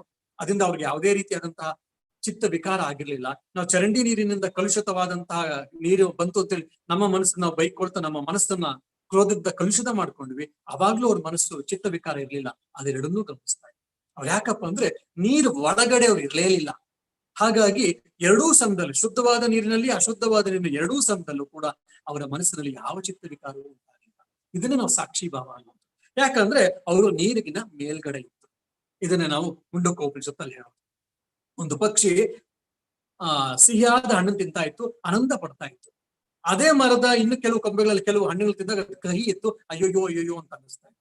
ಅದೇ ಅದ್ರ ಮೇಲೆ ಒಂದು ಕೂತಿದ್ದ ಪಕ್ಷಿ ಯಾವ ಹಣ್ಣನ್ನು ತಿಂತಾ ಇರ್ಲಿಲ್ಲ. ಅದು ನೋಡ್ಲಿಕ್ಕೆ ಒಂದೇ ತರ ಕೂತಿತ್ತು ಅಂದ್ರೆ ಯಾವುದೇ ಭಾವನೆ ಇಲ್ಲ ಅಂತಲ್ಲ ಅರ್ಥ, ಯಾವುದೇ ಒಂದು ಜಡ ಪದಾರ್ಥ ಅಂತಲ್ಲ, ಅದು ಅದರ ಆನಂದದಲ್ಲಿ ಇತ್ತು, ಆನಂದವನ್ನು ಅನುಭವಿಸ್ತಾ ಇತ್ತು ಅಂತ. ಇದನ್ನ ನಾವು ಸಾಕ್ಷಿ ಭಾವ ಅಂತ. ಇದು ಅತ್ಯುನ್ನತವಾದ ಸಾಧನೆ. ನಮ್ಗೇನಾದ್ರು ಸಾಕ್ಷಿ ಭಾವದಲ್ಲಿ ಇತ್ತು ಅಂತಂದ್ರೆ ಅವು ಆನಂದವಾಗಿರುತ್ತೆ. ಇದು ನಾವು ಶ್ರೀರಾಮಕೃಷ್ಣ ಒಂದ್ಸರಿ ಮಥುನಾಥ್ ಇವನು ಮಾಸ್ಟರ್ ಹತ್ರ ಮಾತಾಡ್ತಾ ಶ್ರೀರಾಮಕೃಷ್ಣ ಹೇಳ್ತಾರೆ, ಈ ಜಗತ್ತೇನಾದ್ರೂ ಸತ್ಯ ಅಂತ ಆಗಿದ್ರೆ ನಾನು ನನ್ನ ಕಾಮಾರ್ಪಕರವನ್ನ ಚಿನ್ನದ ಹೊದಿಕೆಯಿಂದ ಒದಿಸ್ಬಿಡ್ತಾ ಇದ್ದೆ ಅಂತ ಹೇಳ್ತಾರೆ. ಅವ್ರಿಗೆ ಸ್ಪಷ್ಟವಾಗಿ ಗೊತ್ತಿದೆ ಇದೆಲ್ಲವೂ ಕೂಡ ಮಾಯರ್ ಕೇಲ ಅಂದ್ರೆ ಎಲ್ಲ ತಾಯಿಯ ಆಟ, ಇದು ತಾಯಿಯ ಆಟ ಅಂತೇಳಿ. ಹಂಗಾಗಿ ಅವರು ನಿರ್ಲಿಪ್ತರಾಗಿದ್ರು, ಸಾಕ್ಷಿ ಭಾವದಲ್ಲಿ ಇದ್ರು. ನಾವೀಗ ಇರ್ಲಿಕ್ಕೆ ಸಾಧ್ಯ ಆಯ್ತು ಅಂದ್ರೆ ಇದನ್ನ ನಾವು ಸಾಧನಾ ರೂಪದಲ್ಲಿ, ಅದು ಶ್ರೀರಾಮಕೃಷ್ಣ ಸ್ವಾಭಾವಿಕವಾಗಿತ್ತು, ಸಿದ್ಧ ಪುರುಷರಿಗೆ ಅದು ಸಿದ್ಧಿ ಅಂದ್ರೆ ಸ್ವಾಭಾವಿಕವಾಗಿದೆ. ಆ ಸಿದ್ಧಿಯನ್ನ ನಾವು ಪಡ್ಕೊಳ್ಳಿಕ್ಕೆ, ಆ ಗುರಿಯನ್ನು ಮುಟ್ಟೋದೇ ನಮಗೆ ಸಾಧನೆ. ಸೊ ನಾವು ಸಾಧಕರು ಆ ಸ್ಥಿತಿಗೆ ಹೋಗ್ಲಿಕ್ಕೆ ನಾವು ಪ್ರಯತ್ನವನ್ನ ಮಾಡ್ತಾ ಇರ್ಬೇಕು. ಯಾವುದು ಆತ್ಮ ಭಾವದಿಂದ ನಾವು ನಕಾರಾತ್ಮಕ ಭಾವನೆಗಳನ್ನೆಲ್ಲ ನಾವು ನಿರ್ಮೂಲನೆ ಮಾಡ್ಕೊಳ್ಬಹುದು. ಇದು ಅತ್ಯಂತ ಉನ್ನತವಾದದ್ದು. ನಮ್ಗಾಗಲ್ಲ ಅಂತಂದ್ರೆ ಶ್ರೀಕೃಷ್ಣ ಪರಮಾತ್ಮ ಇನ್ನೊಂದು ಹೇಳ್ತಾನೆ, ಏನು? ಮಾತ್ರ ಸ್ಪರ್ಶಾಸ್ತು ಕೌಂತೆಯ ಶೀತೋಷ್ಣ ಸುಖ ದುಃಖದ ಆಗಮ ಅಪಾಯಿನ ಆಗಮಾಪಾಯಿನೋ ಅನಿತ್ಯ ತಾನ್ ತಿತಿಕ್ಷಸ್ವ ಭಾರತ. ಹೇ ಭಾರತ, ಹೇ ಅರ್ಜುನ, ಮಾತ್ರ ಸ್ಪರ್ಶಾಸ್ತು ಕೌಂತೆಯ, ಹೇ ಕೌಂತೆಯ, ಹೇ ಕುಂತಿನಂದನೇ, ಮಾತ್ರ ಸ್ಪರ್ಶಾಸ್ತು, ಇಂದ್ರಿಯಗಳು ಇಂದ್ರಿಯ ವಸ್ತುಗಳ ಜೊತೆ ಸಂಪರ್ಕಕ್ಕೆ ಬಂದಾಗ ಏನಾಗುತ್ತೆ? ಮಾತ್ರ ಸ್ಪರ್ಶಾಸ್ತು ಕೌಂತೆಯ ಶೀತ ಉಷ್ಣ ಸುಖ ದುಃಖದಾಹ. ಶೀತ ಉಷ್ಣ ಸುಖ ದುಃಖ ನೋವು ನಲಿವು ಲಾಭ ನಷ್ಟ ಇತ್ಯಾದಿ ಎಲ್ಲ ದ್ವಂದ್ವಗಳು ಕೂಡ ಏನಾಗುತ್ತೆ? ಆಗಮ ಬರುತ್ತೆ, ಅಪಾಯಿನಃ ಹೊರಟೋಗುತ್ತೆ, ಅನಿತ್ಯ. ನಿತ್ಯ ಅಂದ್ರೆ ಯಾವಾಗ್ಲೂ ಇರುವಂತದ್ದು. ನೆನ್ನೆನೂ ಇತ್ತು, ಹಲವಾರು ವರ್ಷಗಳ ಹಿಂದೆ, ಸಾವಿರಾರು ವರ್ಷಗಳ ಹಿಂದೆ ನೋಡಿದ್ರು ಇತ್ತು, ಈಗ್ಲೂ ಇದೆ, ಇನ್ನು ಸಾವಿರಾರು ವರ್ಷಗಳಾದ್ಮೇಲೂ ಕೂಡ ನೋಡಿರುತ್ತೆ. ಅದನ್ನ ನಾವು ನಿತ್ಯ ಅಂತ ಕರಿತೀವಿ. ಇದು ಅನಿತ್ಯ. ನಮಗೆ ಬರುವಂತ ಕಷ್ಟ ಸುಖ ದುಃಖ ನೋವು ನಲಿವು ಲಾಭ ನಷ್ಟ ಇವೆಲ್ಲ ಕೂಡ ಬರ್ತಾ ಇರುತ್ತೆ ಹೋಗ್ತಾ ಇರುತ್ತೆ, ಬರ್ತಾ ಇರುತ್ತೆ ಹೋಗ್ತಾ ಇರುತ್ತೆ. ತಾನ್ ತಿತಿಕ್ಷಸ್ವ, ಹಂಗ ಅದನ್ನ ಸುಮ್ಮನೆ ಸಹಿಸ್ಕೊ. ಯಾಕೆ? ಇದೆಲ್ಲವೂ ಕೂಡ ಇಂದ್ರಿಯ ಮನಸ್ಸಿನ ಭಾವನೆಗಳು, ಇಂದ್ರಿಯ ಮನಸ್ಸಿನ ವ್ಯಾಪಾರ. ನೀನ್ಯಾರು? ನೀನ್ ಆತ್ಮಸ್ವರೂಪಿಯಾದ್ರಿಂದ ಸುಖ ದುಃಖ ಲಾಭ ನಷ್ಟ ನೋವು ನಲಿವು ಇದೆಲ್ಲೂ ಕೂಡ ಮನಸ್ಸಿಗೆ ಸೇರಿರೋದು, ಮನಸ್ಸಿಗೆ ಸಂಬಂಧಪಟ್ಟಿರೋದು. ನೀನು ಮನಸ್ಸಲ್ಲ, ನೀನು ಬುದ್ಧಿ ಅಲ್ಲ, ನೀನು ಭಾವನೆಗಳಲ್ಲ, ನೀನು ದೇಹ ಅಲ್ಲ, ಅದಕ್ಕೆ ಬರುವಂತ ಅನುಭವಗಳು ನೀನಲ್ಲ. ನೀನು ಅಗೇನ್ ಆ ಸಚ್ಚಿದಾನಂದ ಶಿವೋಹಂ ಅದ್ವೈತಂ ಶಾಂತಂ ಅಂತ ಹೇಳಿ ಏನು ಮಾಂಡುಕ್ಯ ಉಪನಿಷತ್ತು ಹೇಳುತ್ತಲ್ಲ, ಅಂತಹ ನೀನು. ಹಾಗೆ ನೀನು ಸುಮ್ಮನೆ ಸಹಿಸ್ಕೋ ಅಷ್ಟೇ. ಯಾಕಂದ್ರೆ ಜಗತ್ನಲ್ಲಿ ಹುಟ್ಟಿದ ಮೇಲೆ ಸಾವು ನಿಶ್ಚಿತ. ಹುಟ್ಟಿಂದ ಸಾಯೋರ್ಗ ಮಧ್ಯದ ಪಯಣದಲ್ಲಿ ಇವೆಲ್ಲವೂ ಕೂಡ ಬಂದು ಹೋಗ್ತಾ ಇರುತ್ತೆ. ಅದಕ್ಕೆ ಬುದ್ಧನ ಹತ್ರ ಒಬ್ರು ಕೇಳ್ತಾನೆ ಶಿಷ್ಯ, ಜೀವನದಲ್ಲಿ ಆನಂದವಾಗಿರ್ಲಿಕ್ಕೆ ಹೇಗ್ ಸಾಧ್ಯ? ಅದಕ್ಕೆ ಒಂದು ಫಾರ್ಮುಲಾ ಇದೆಯಾ ಅಂತಂದ್ರೆ ಅವ್ರು ಹೇಳ್ತಾರೆ, ಇದು ಹೊರಟೋಗುತ್ತೆ, ಇದು ಹೋಗುತ್ತೆ, ಇದು ಹೊರಟೋಗುತ್ತೆ ಅಂತ. ಇದು ಕೇಳಿದಾಗ ನಮ್ಗೆಲ್ಲ ಆಶ್ಚರ್ಯ ಆಗುತ್ತೆ. ಇದು ಹೋಗುತ್ತೆ, ಇದು ಹೊರಟೋಗುತ್ತೆ ಅಂತಂದ್ರೆ ಏನದು? How can be the formula for the success? How can be the formula for the happy? ಈಗ ನನಗೊಂದು ಸುಖ ಬಂತು, ಸುಖವನ್ನ ನಾನು ಅನುಭವಿಸ್ತಾ ಇರ್ತೀನಿ. ಇದು by one get one free ತರ 50-50. ನಾವು ಸುಖ ಪಡ್ಕೊಂಡ್ವಿ, ಸುಖ ಪ್ಯಾಕೇಜ್ ಅದ್ರ ಜೊತೆ ದುಃಖ ಬಂದೇ ಬರುತ್ತೆ ಅದು ಒಳಗಡೆ. ಹಂಗಾಗಿ ನಾವು ಸುಖ ಪಡ್ಕೊಂಡ್ವಿ, ದುಃಖವನ್ನು ಅನುಭವಿಸ್ಲಿಕ್ಕೆ ನಾವು ರೆಡಿ ಇರಬೇಕು. ಅದೇ ನಾವು ಸುಖವನ್ನು ಅನುಭವಿಸೋದು ಬೇಡ, ದುಃಖವನ್ನು ಅನುಭವಿಸೋದು ಬೇಡ, ಆನಂದವನ್ನು ಅನುಭವಿಸೋಣ ಅಂತಂದ್ರೆ ಅದನ್ನ ಆ ಒಂದು ದೃಷ್ಟಿಕೋನದಲ್ಲಿ ಬುದ್ಧ ಹೇಳಿದಂದ್ರೆ ಇದು ಹೋಗುತ್ತೆ, ಸುಖ ಬಂದಾಗ ಇದು ಹೋಗುತ್ತೆ ಅಂತ ನಾವು ಅದರಿಂದ ಆನಂದ ಪಡ್ಕೊಂಡು ಅದರ ಬಂಧನದಲ್ಲಿ ನಾವು ಒಳಗಾಗಲ್ಲ. ಅದನ್ನೇ ಚಿನ್ನದ ಸೂಜಿ ಬಂಗಾರದ ಸೂಜಿ ಅಂತ ಸ್ವಾಮಿ ವಿವೇಕಾನಂದ ಕರ್ಮಯುಗದಲ್ಲಿ ಹೇಳ್ತಾರೆ. ಇನ್ನು ದುಃಖ ಬಂದಾಗ ನಾವು ಮಿಲಿ ಒದ್ದಾಡದ್ ಬೇಕಾಗಿಲ್ಲ, ಕಬ್ಬಿಣದ ಸೂಜಿ ಅಂತೆ. ಚಿನ್ನದ ಸೂಜಿನೂ ಬೇಡ, ಬಂಗಾರದ ಸೂಜಿನೂ ಬೇಡ, ಕಬ್ಬಿಣದ ಸೂಜಿನೂ ಬೇಡ. ಯಾಕಂದ್ರೆ ಎರಡೂ ಸೂಜಿಗಳೇ. ಸೂಜಿ ಏನಾದ್ರು ಇಟ್ಕೊಂಡ್ರೆ ಅದು ನಮಗೆ ಚುಚ್ಚುತ್ತೆ. ಆಗಮ ಅಪಾಯನ ಬರುತ್ತೆ ಹೋಗುತ್ತೆ, ಹೋಗ್ತಾ ಇರುತ್ತೆ, ಇದು ಹೋಗುತ್ತೆ, ಇದು ಹೋಗುತ್ತೆ. ಕಷ್ಟ ಬಂತು, ಇದು ಹೋಗುತ್ತೆ, ಸುಖ ಬಂತು, ಇದು ಹೋಗುತ್ತೆ ಅಂದಾಗ ನಾವ್ ಇದಕ್ಕೆ ಅತೀತರಾಗಿರ್ತೀವಿ, ಆನಂದವಾಗಿರ್ತೀವಿ ಅಂತ ಅದನ್ನೇ ಬುದ್ಧ ಹೇಳಿದ್ದು. ಆಗಮ ಅಪಾಯನ ತಾನ್ ತಿತಿಕ್ಷಸ್ವ, ಬಂದದನ್ನ ಸಹಿಸ್ಕೋ. ಯಾವ ತರ ಸಹಿಸ್ಕೋಬೇಕು? ಇದೆಲ್ಲವೂ ಕೂಡ ಪ್ರಾರಬ್ಧ ಕರ್ಮದ ವಶ. ಯಾವ್ಯಾವ್ದು ನಾವು ಮಾಡಿರುವಂತ ಕರ್ಮಗಳ ಪ್ರತಿಫಲವಾಗಿ ಇವೆಲ್ಲ ಬರ್ತಾ ಇರುತ್ತೆ ಹೋಗ್ತಾ ಇರುತ್ತೆ, ಬರ್ತಾ ಇರುತ್ತೆ ಹೋಗ್ತಾ ಇರುತ್ತೆ ಅಂತ ಹೇಳಿ ನಾವು ಸ್ವಾಭಾವಿಕವಾಗಿ ಅದನ್ನ ಸ್ವೀಕರಿಸ್ಕೊಂಡು ನಾವ್ ಇದನ್ನ ವಿಚಲಿತರಾಗದೆ ನಮ್ಮ ಗುರಿಯತ್ತ ನಾವು ಧ್ಯಾನ ಮಾಡ್ಬೇಕು, ಜಪ ಮಾಡ್ಬೇಕು, ನಾವು ಜೀವನದಲ್ಲಿ ಏನೋ ಸಾಧನೆ ಮಾಡ್ಬೇಕು, ಏನೇನ್ ಸಾಧನೆ ಮಾಡ್ಬೇಕು ಅಂತ ಅನ್ಕೊಂಡಿರ್ತೀವೋ ಆ ಗುರಿಯತ್ತ ನಮ್ಮ ಮನಸ್ಸನ್ನು ಏಕಾಗ್ರ ಮಾಡ್ಕೊಂಡು ನಾವು ಹೋಗ್ತಾ ಇದೀವಿ ಅಂದ್ರೆ ಶಕ್ತಿಯುತವಾಗಿ ಮುಂದಕ್ಕೆ ಹೋಗ್ಲಿಕ್ಕೆ ಸಾಧ್ಯ ಆಗುತ್ತೆ. ಅವಾಗ ಇದೆಲ್ಲವೂ ಕೂಡ ನಮ್ಮನ್ನ ಬಾಧಿಸೋದಿಲ್ಲ. ಇದು ಹೇಗ್ ಸ್ವಾಮೀಜಿ ಅಂತ ನೀವು ಪ್ರಾಯಶಃ ನಿಮ್ಗೆ ಕೇಳ್ಬೋದು. ಇದಕ್ಕೆ ಇನ್ನೊಂದು ಉದಾಹರಣೆ ಕೊಟ್ಟು ನಾನು ಮುಂದಕ್ಕೆ ಹೋಗ್ತೀನಿ. ಈಗ ನಿಮ್ಗೆ ಉದಾಹರಣೆ ಒಂದು ಹಲ್ಲು ನೋವು ಬಂದಿತ್ತು, ಹಲ್ಲು ನೋವು ತುಂಬಾ ಹಲ್ಲು ನೋವು, ಬೆಳಗ್ಗೆ ಒದ್ದಾಡ್ತಾ ಇದ್ರೆ, ತಿಂಡಿ ತಿನ್ನೋಕು ಆಗ್ತಾ ಇಲ್ಲ, ಕಷ್ಟ ಪಡ್ತಾ ಇದ್ದೀರಾ. ಸಡನ್ ಆಗಿ ಈಗ ಒಬ್ಬ ವಿದ್ಯಾರ್ಥಿ ಆಗಿದೆ ನಾನು ಹೇಳೋದು, ವಿದ್ಯಾರ್ಥಿ ಆಗಿದೆ, ನಿಮ್ಗೆ ಡಿಗ್ರಿ ಎಕ್ಸಾಮ್ ಬಂತು, ಡಿಗ್ರಿ ಎಕ್ಸಾಮ್ ರಿಸಲ್ಟ್ ಬಂತು, ನೀವು ಫಸ್ಟ್ ರ್ಯಾಂಕ್ ಬಂದ್ಬಿಟ್ರಿ ಅನ್ಬೋದು. ಇಲ್ಲ ನೀವು ಒಂದು ಏನೋ ಫಸ್ಟ್ ಕ್ಲಾಸ್ ಅಲ್ಲಿ ಪಾಸ್ ಆಗ್ತೀನಿ ಅಂತ ಡಿಸ್ಟಿಂಕ್ಷನ್ ಪಾಸ್ ಆಗ್ಬಿಡ್ತೀನಿ ಅಂತ ಆ ಆನಂದ ನಿಮ್ಮನ್ನ ಎಷ್ಟು ತೇಲಿಸ್ತಾ ಇತ್ತು ಅಂದ್ರೆ ಆ ಸಮಯದಲ್ಲಿ ಇಲ್ಲ ಫ್ರೆಂಡ್ಸ್ಗೆಲ್ಲ ಫೋನ್ ಮಾಡಕ್ ಹೇಳಕ್ ಸ್ಟಾರ್ಟ್ ಮಾಡ್ತೀರಾ, ರಿಲೇಟಿವ್ಸ್ ಫೋನ್ ಮಾಡಕ್ ಸ್ಟಾರ್ಟ್ ಮಾಡ್ತೀರಾ, ನಾನು ಫಸ್ಟ್ ಕ್ಲಾಸ್ ಬಂದಿನಿ, ಫಸ್ಟ್ ರ್ಯಾಂಕ್ ಬಂದಿನಿ. ಆ ಆನಂದದಲ್ಲಿ ಹಲ್ಲೋವೇನೋ ಇತ್ತು, ನಿಮ್ ದೇಹ ಅದನ್ನ ಅನುಭವಿಸ್ತಾ ಇದೆ. ಆದ್ರೆ ನಿಮ್ಗೆ ಈ ಫಸ್ಟ್ ರ್ಯಾಂಕ್ ಬಂದಂತ ಒಂದು ಆನಂದದಲ್ಲಿ ಇದು ಯಾವ್ದು ನಿಮಗೆ ಬಾಧಿತವಾಗ್ತಿಲ್ಲ, ನಿಮ್ಗೆ ಅದು ನೆನಪೇ ಆಗ್ತಿಲ್ಲ. ಆ ನೋವಿದ್ರೂ ಕೂಡ ನೀವು ಆ ನೋವು ನಿಮ್ಮನ್ನ ಬಾಧಿಸ್ತಾ ಇಲ್ಲ. ಯಾಕಪ್ಪ ಅಂದ್ರೆ ನಿಮ್ಮ ಮನಸ್ಸು ಆ ನೋವಿನ ಜೊತೆ ತಾದಾತ್ಮ್ಯವನ್ನು ಪಡ್ಕೊಂಡಿಲ್ಲ, ಬದಲಾಗಿ ಈ ಆನಂದದ ಜೊತೆ ಆಧ್ಯಾತ್ಮ ಪಡ್ಕೊಂಡಿದ್ದೀರ. ಸೊ ಅದೇ ರೀತಿ ನಾವ್ ಯಾವಾಗ್ಲೂ ನಮ್ಮ ಮನಸ್ಸನ್ನ ಗುರಿಯತ್ತ, ನಮ್ಮ ಸಾಧನೆಯತ್ತ ನಮ್ಮ ಮನಸ್ಸನ್ನು ಇಟ್ಟಾಗ ಈ ಬರುವಂತ ಸಣ್ಣ ಪುಟ್ಟ ಸಮಸ್ಯೆಗಳು, ಸಣ್ಣ ಪುಟ್ಟ ನೋವು ನಲಿವುಗಳು ಇವೆಲ್ಲವೂ ಕೂಡ ಬಾಧಿತವಾಗುವುದಿಲ್ಲ, ಜೀವನದಲ್ಲಿ ಮುಂದೆ ಹೋಗ್ಲಿಕ್ಕೆ ಸಾಧ್ಯ ಆಗುತ್ತೆ. ಸೊ ಅದರಿಂದ ಆ ರೀತಿಯಲ್ಲೂ ಕೂಡ ನಾವು ನಕಾರಾತ್ಮಕ ಭಾವನೆಗಳಿಂದ ಮುಕ್ತರಾಗ್ಬೋದು. ಇನ್ನು ಮೂರನೇದು ಏನು? ಜಾತಸ್ಯ ಹಿ ಧ್ರುವ ಮೃತ್ಯು ಜನ್ಮಧ್ರುವ ಮೃತಸ್ಥಿರ ತಸ್ಮಾದ್ ಅಪರಿಹಾರ್ಯತೆ ನತ್ವಂ ಶೋಚಿತು ಮರ್ರಸಿ ಅಂತ ಹೇಳ್ತಾರೆ. ಹುಟ್ಟಿದವನು ಸಾಯಲೇಬೇಕು, ಸತ್ತವನು ಹುಟ್ಲೇಬೇಕಪ್ಪ. ಇದು ಅಪರಿಹಾರ, ಇದು ಪರಿಹರಿಸಲಾಗದೇ ಇರುವಂತ ಇದು ಜೀವನದ ಕಟು ಸತ್ಯ. No one can resolve. ಈಗ ಬೇಸಿಗೆಗಾಲ ಆದ್ಮೇಲೆ ಮಳೆಗಾಲ ಬಂದೇ ಬರುತ್ತೆ. ನಿಗ್ ಬೇಕೋ ನನಗ್ ಬೇಕೋ ಬೇಡೋ ಪ್ರಶ್ನೆ ಇಲ್ಲ. ಮಳೆಗಾಲ ಆದ್ಮೇಲೆ ಚಳಿಗಾಲ ಬಂದೇ ಬರುತ್ತೆ. ನಿಗ್ ಬೇಕೋ ಬೇಡೋ ನನಗ್ ಬೇಕೋ ಬೇಡೋ ಪ್ರಶ್ನೆ ಇಲ್ಲ. ಅದು ಯಾಕೆ? ಈಶ್ವರ ಸೃಷ್ಟಿ. ಹಾಗಾಗಿ ಅದನ್ನ ಸ್ವೀಕರಿಸೋದು ಕಲ್ತು. ಸೊ ಇದನ್ನೇ ಶ್ರೀಕೃಷ್ಣ ಪರಮಾತ್ಮ ಹೇಳ್ತಾನೆ, ಅವ್ರು ಸಾಯ್ತಾರೆ ಇವ್ರು ಸಾಯ್ತಾರೆ, ನನ್ನ ಅಣ್ಣ ತಮ್ಮಂದೆಲ್ಲ ಸಾಯಿಸ್ತಾರೆ ಅಂತ ಹೇಳಿ ನೀನ್ ಅಳ್ತಾ ಕೂತಿದ್ದಲ್ಲಿ ಯುದ್ಧ ಮಾಡೋದು ಬಿಟ್ಟು, ಅವ್ನು ಹುಡ್ದವ್ರೆಲ್ಲ ನೀನ್ ಸಾಯ್ಲಿಲ್ಲ ಅಂದ್ರೆ ನೀನ್ ಸಾಯಿಸ್ಲಿಲ್ಲ ಅಂದ್ರೆ ಯುದ್ಧದಲ್ಲಿ ಅವ್ರು ಸತ್ತೇ ಸಾಯ್ತಾರೆ. ಯಾಕಪ್ಪ ಅಂತಂದ್ರೆ ಹುಡ್ದವ್ನೆಲ್ಲ ಸಾಯ್ಲೇಬೇಕು, ಸತ್ತು ಮುಟ್ಲೇಬೇಕು, ಮೋಕ್ಷವನ್ನ ಮುಕ್ತಿಯನ್ನ ಪಡೆಯೋವರೆಗೂ, ಆತ್ಮ ದರ್ಶನ ಆಗೋವರೆಗೂ. ಹಾಗಾಗಿ ಯಾಕೆ ಆಶ್ರಯ ಮಾಡ್ತೀಯ? ಅಳುಬೇಡ. ಯಾಕಂದ್ರೆ ಇದು ಹತ್ತು ಏನು ಪ್ರಯೋಜನ ಇಲ್ಲ. ತಸ್ಮಾತ್ ಅಪರಿಹಾರಾರ್ತೆ. ಇದು ಜೀವನದ ಕಟ್ಟು ಸತ್ಯ. ನನಗೆ ಆತ್ಮ ಸಾಕ್ಷಿ ಭಾವದಲ್ಲಿ ಇರ್ಲಿಕ್ಕೆ ಸಾಧ್ಯ ಇಲ್ಲ. ಆ ರೀತಿ ನನ್ನ ನಕಾರಾತ್ಮಕ ಭಾವನೆಗಳಿಂದ ಮುಕ್ತರಾಗ್ಲಿಕ್ಕೆ ಸಾಧ್ಯ ಇಲ್ಲ. ನನ್ನ ಮನಸ್ಸು ಇನ್ನೂ ಆ ಮಟ್ಟಕ್ಕೆ ಹೋಗಿಲ್ಲ. ನನ್ನ ಭಾವನೆಗಳ ಪರಿಶುದ್ಧತೆ, ಭಾವನೆಗಳ ಪರಿಪಕ್ವತೆ, ಎಮೋಷನಲ್ ಮೆಚುರಿಟಿ ಅಂತ ನಾವು ಹೇಳ್ತೀವಲ್ಲ, ಅದು ನಮ್ಗೆ ಆಗಿಲ್ಲ. ಸರಿ, ಎರಡನೇದು ಅಪಾಯನೋ ಆಗಮ ಅಪಾಯನ ಇದೆಲ್ಲ ಬಂದು ಹೋಗುವಂಥದ್ದು ಸತ್ಯ ಏನೋ ಸರಿ, ಅದನ್ನ ಅದನ್ನ ಇನ್ನೂ ಸ್ವೀಕರಿಸ್ಲಿಕ್ಕೆ ಆಗ್ತಿಲ್ಲ. ಅದು ಜೀವನದ ಯಥಾರ್ಥ ಸತ್ಯ ಆದ್ರೂ ಕೂಡ ನಾವು ಅದನ್ನ ಹಿಡ್ಕೊಳಕ್ ನಮ್ ಕೈಲಿ ಆಗ್ತಿಲ್ಲ ಅಂದ್ರೆ, ನೀನು ಮೂರನೇದು ಅರ್ಥ ಮಾಡ್ಕೊ. ಜೀವನ ಅಂದ್ಮೇಲೆ ಸಾವು ನೋವು ಲಾಭ ನಷ್ಟ ಇವೆಲ್ಲ ಬರ್ತಾ ಇರುತ್ತೆ. ಹಾಗಾಗಿ ಇದನ್ನ ಯಾರು ಏನು ಮಾಡ್ಲಿಕ್ಕಾಗಲ್ಲ, ಯಾರು ಇದನ್ನ ಸಾಲ್ವ್ ಮಾಡ್ಲಿಕ್ಕಾಗಲ್ಲ ಅಂತ just accept, then that will not bite you. ನಾವ್ ಯಾವಾಗ ಇದನ್ನ ಅಕ್ಸೆಪ್ಟ್ ಮಾಡ್ತೀವಿ, ಸ್ವೀಕರಿಸ್ತೀವಿ ಜೀವನದಲ್ಲಿ ಬರುವಂತ ಸಮಸ್ಯೆಗಳನ್ನ, ಇದು ಬಂತು ಹೌದು ಬಂದೇ ಬರುತ್ತೆ, ಇದು ಎಲ್ಲರಿಗೂ ಬರುವಂತದ್ದು ಅಂತೇಳಿ ಯಾವಾಗ ನಾವು ಅದನ್ನ ಸ್ವೀಕರಿಸ್ತೀವೋ ಆವಾಗ ನಾವು ಮುಕ್ತರಾಗ್ತೀವಿ. ಜೀವನದಲ್ಲಿ ಸಮಸ್ಯೆಗಳೆಲ್ಲ ಬರುತ್ತೆ, ನೋವು ನಲಿವು ಲಾಭ ನಷ್ಟವೆಲ್ಲ ಬರುತ್ತೆ ಅಂತ ಸ್ವೀಕರಿಸೋದ್ರಿಂದ ಹೇಗೆ ನಾವು ಇದನ್ನ ಮುಕ್ತರಾಗ್ಬಿಡ್ತೀವಿ ಅನ್ನುವಂಥ ಪ್ರಶ್ನೆ ನಿಮ್ಗೆ ಬರಬಹುದು. ಬಂದ್ರೆ ಏನು ಆಶ್ಚರ್ಯ ಇಲ್ಲ. ಇದನ್ನ ನಾವು ಬುದ್ಧನ ಜೀವನದಲ್ಲಿ ನೋಡ್ಬೋದು. ಸಾವಿಲ್ಲದ ಮನೆಯಿಂದ ಸಾಸಿವೆ ಕಾಳು ತಗೊಂಬ. ಅಲ್ಲಷ್ಟಕ್ಕೂ ಏನಾಯ್ತು?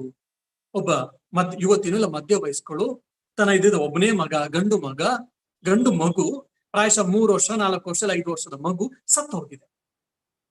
ಆ ತಾಯಿಗೆ ಮಗನನ್ನ ಕಳ್ಕೊಂಡಾಗ ಎಂತ ನೋವಾಗುತ್ತೆ ನಾ ಎಲ್ಲರೂ ಕೂಡ ಊಹಿಸ್ಬೋದು. ಒಬ್ಬನೇ ಮಗು, ಚಿಕ್ಕ ಮಗು, ಹುಟ್ಟಿದ್ದೆ 3-4 ವರ್ಷ ಆಗಿದೆ. ಆ ಯುವತಿನ ಮಧ್ಯ ವಯಸ್ಕಳು ತುಂಬಾ ನೋವಾಗಿದೆ. ಬುದ್ಧ ಅವ್ನು ಭಗವಾನ್ ಅಂತೆ, ಏನೇನು ಪವಾಡ ಮಾಡಿದ್ದಾನಂತೆ, ಯಾರ್ಯಾರಿಗೂ ಜೀವನವನ್ನ ಕೊಟ್ಟಿದ್ದಾನಂತೆ ಅಂತೇಳಿ ಕೇಳಿದ್ದಾಳೆ ಆ ಗೌತಮಿನ ಒಬ್ಬ ಹುಡುಗಿ. ಆ ಒಬ್ಬ ಹೆಂಗಸು ಆ ಶವವಾಗಿರುವಂತಹ ಮಗುವನ್ನ ತಂದು ಬುದ್ಧ ದೇವನ ಮುಂದೆ ಇಟ್ಬಿಟ್ಟು ಅವಳು ಹೇಳ್ತಾಳೆ, ಬುದ್ಧ ನೀನ್ ಭಗವಂತ ಅಂತ ಹೇಳ್ತಾರೆ, ನಿನ್ನ ಜೀವವನ್ನು ಕೊಡ್ಲಿಕ್ಕೆ ಸಾಧ್ಯ ಅಂತ ಹೇಳ್ತಾರೆ, ದಯವಿಟ್ಟು ಇದಕ್ಕೆ ಜೀವ ಕೊಡು. ಬುದ್ಧ ಹೇಳ್ತಾನೆ, ಆಯ್ತು ನಾನು ಕೊಡ್ತೀನಿ, ಅದು ನೀನ್ ನನಗೆ ಅದಕ್ಕೊಂದು ಸಹಾಯ ಮಾಡ್ಬೇಕು. ನೀನು ಯಾರ ಮನೇಲಿ ಸಾವಿರಲ್ವೋ ಅಂತವ್ರ ಮನೆಯಿಂದ ಸಾಸಿವೆ ಕಾಳು ತಗೊಂಡ್ ಬಾ. ಇವಳಿಗೆ ಮಗ ಸತ್ತೋಗಿದ್ದಾನೆ, ಮಗು ಸತ್ತೋಗಿದೆ, ಮಗ ಸತ್ತೋಗಿದ್ದಾನೆ ಅಂತ ಶೋಕದಿಂದ ಶೋಕ ತಪ್ತವಾಗಿ, ಹೇಗೆ ನಮ್ಮ ಕಣ್ಣಲ್ಲಿ ಮಂಜಾದ್ರೆ ಉದಾಹರಣೆ, ನಾವು ಯಾವ್ದಾದ್ರು ವೆಹಿಕಲ್ ಅಲ್ಲಿ ಹೋಗ್ತಾ ಇದ್ವಿ ಅಂದ್ರೆ ಮಳೆ ನೀರು ಕಂಟಿನ್ಯೂಸ್ ಆಗಿ ಬರ್ತಾ ಇತ್ತು ಅಂದ್ರೆ ವೈಪರ್ ಸರಿ ಇಲ್ಲ ಅಂದ್ರೆ ಹೊರಗಡೆ ಏನು ನಮ್ಗೆ ಕಾಣಲ್ಲ, ಯಾಕಂದ್ರೆ ನೀರ್ ಬೀಳ್ತಾ ಇದ್ರಿಂದ. ಕಣ್ಣೇನಾದ್ರು ಮಂಜಾಗಿತ್ತು, ಕಣ್ಣಲ್ಲಿ ನೀರ್ ಬೀಳ್ತಾ ಇತ್ತು, ಕಣ್ಣೀರಿದ್ದಾಗ ಕೂಡ ನಮ್ಮ ವಿಷನ್ ಬ್ಲರ್ ಆಗುತ್ತೆ. ಅದೇ ರೀತಿ ಶೋಕ ಇದರಿಂದ ಅವಳ ವಿವೇಕ ಬ್ಲರ್ ಆಗಿತ್ತು, ವಿವೇಕ ಮುಸುಕು ಹೋಗಿತ್ತು. ಮೋಡಗಳ ಮಧ್ಯದಲ್ಲಿ ಸೂರ್ಯ ಮುಸ್ಕಾಗಿದ್ರೆ ಬೆಳಕು ನಮ್ಗೆ ಕಡಿಮೆ ಆಗುತ್ತೋ, ಚಂದ್ರನ ಬೆಳದಿಂಗಳು ನಮಗೆ ಸಿಕ್ಕಲ್ವೋ, ಅದೇ ರೀತಿ ವಿವೇಕ ಅನ್ನುವಂತಹ ವಿವೇಕ ಇಲ್ಲ ಬುದ್ಧಿ, ಆಲೋಚನೆ, ಚಿಂತನೆಗಳೆಲ್ಲವೂ ಕೂಡ ಮುಸುಕುಗೊಂಡಿತ್ತು ಆ ಶೋಕದಿಂದ. ಯಾಕಂದ್ರೆ ರಾಗ ಇತ್ತು, ಅಟ್ಯಾಚ್ಮೆಂಟ್ ಇತ್ತು ಮಗನಿಗೆ. ಹಾಗಾಗಿ ಅರ್ಥ ಆಗ್ಲಿಲ್ಲ. ಅಷ್ಟೇ ತಾನೆ, ಸಾಸಿವೆ ಕಾಳು ತಾನೆ ತಂದ್ಬಿಡ್ತೀನಿ ಅಂತ ಓಡೋಗ್ತಾಳೆ ಹತ್ತಿರದ ಹಳ್ಳಿಗೆ.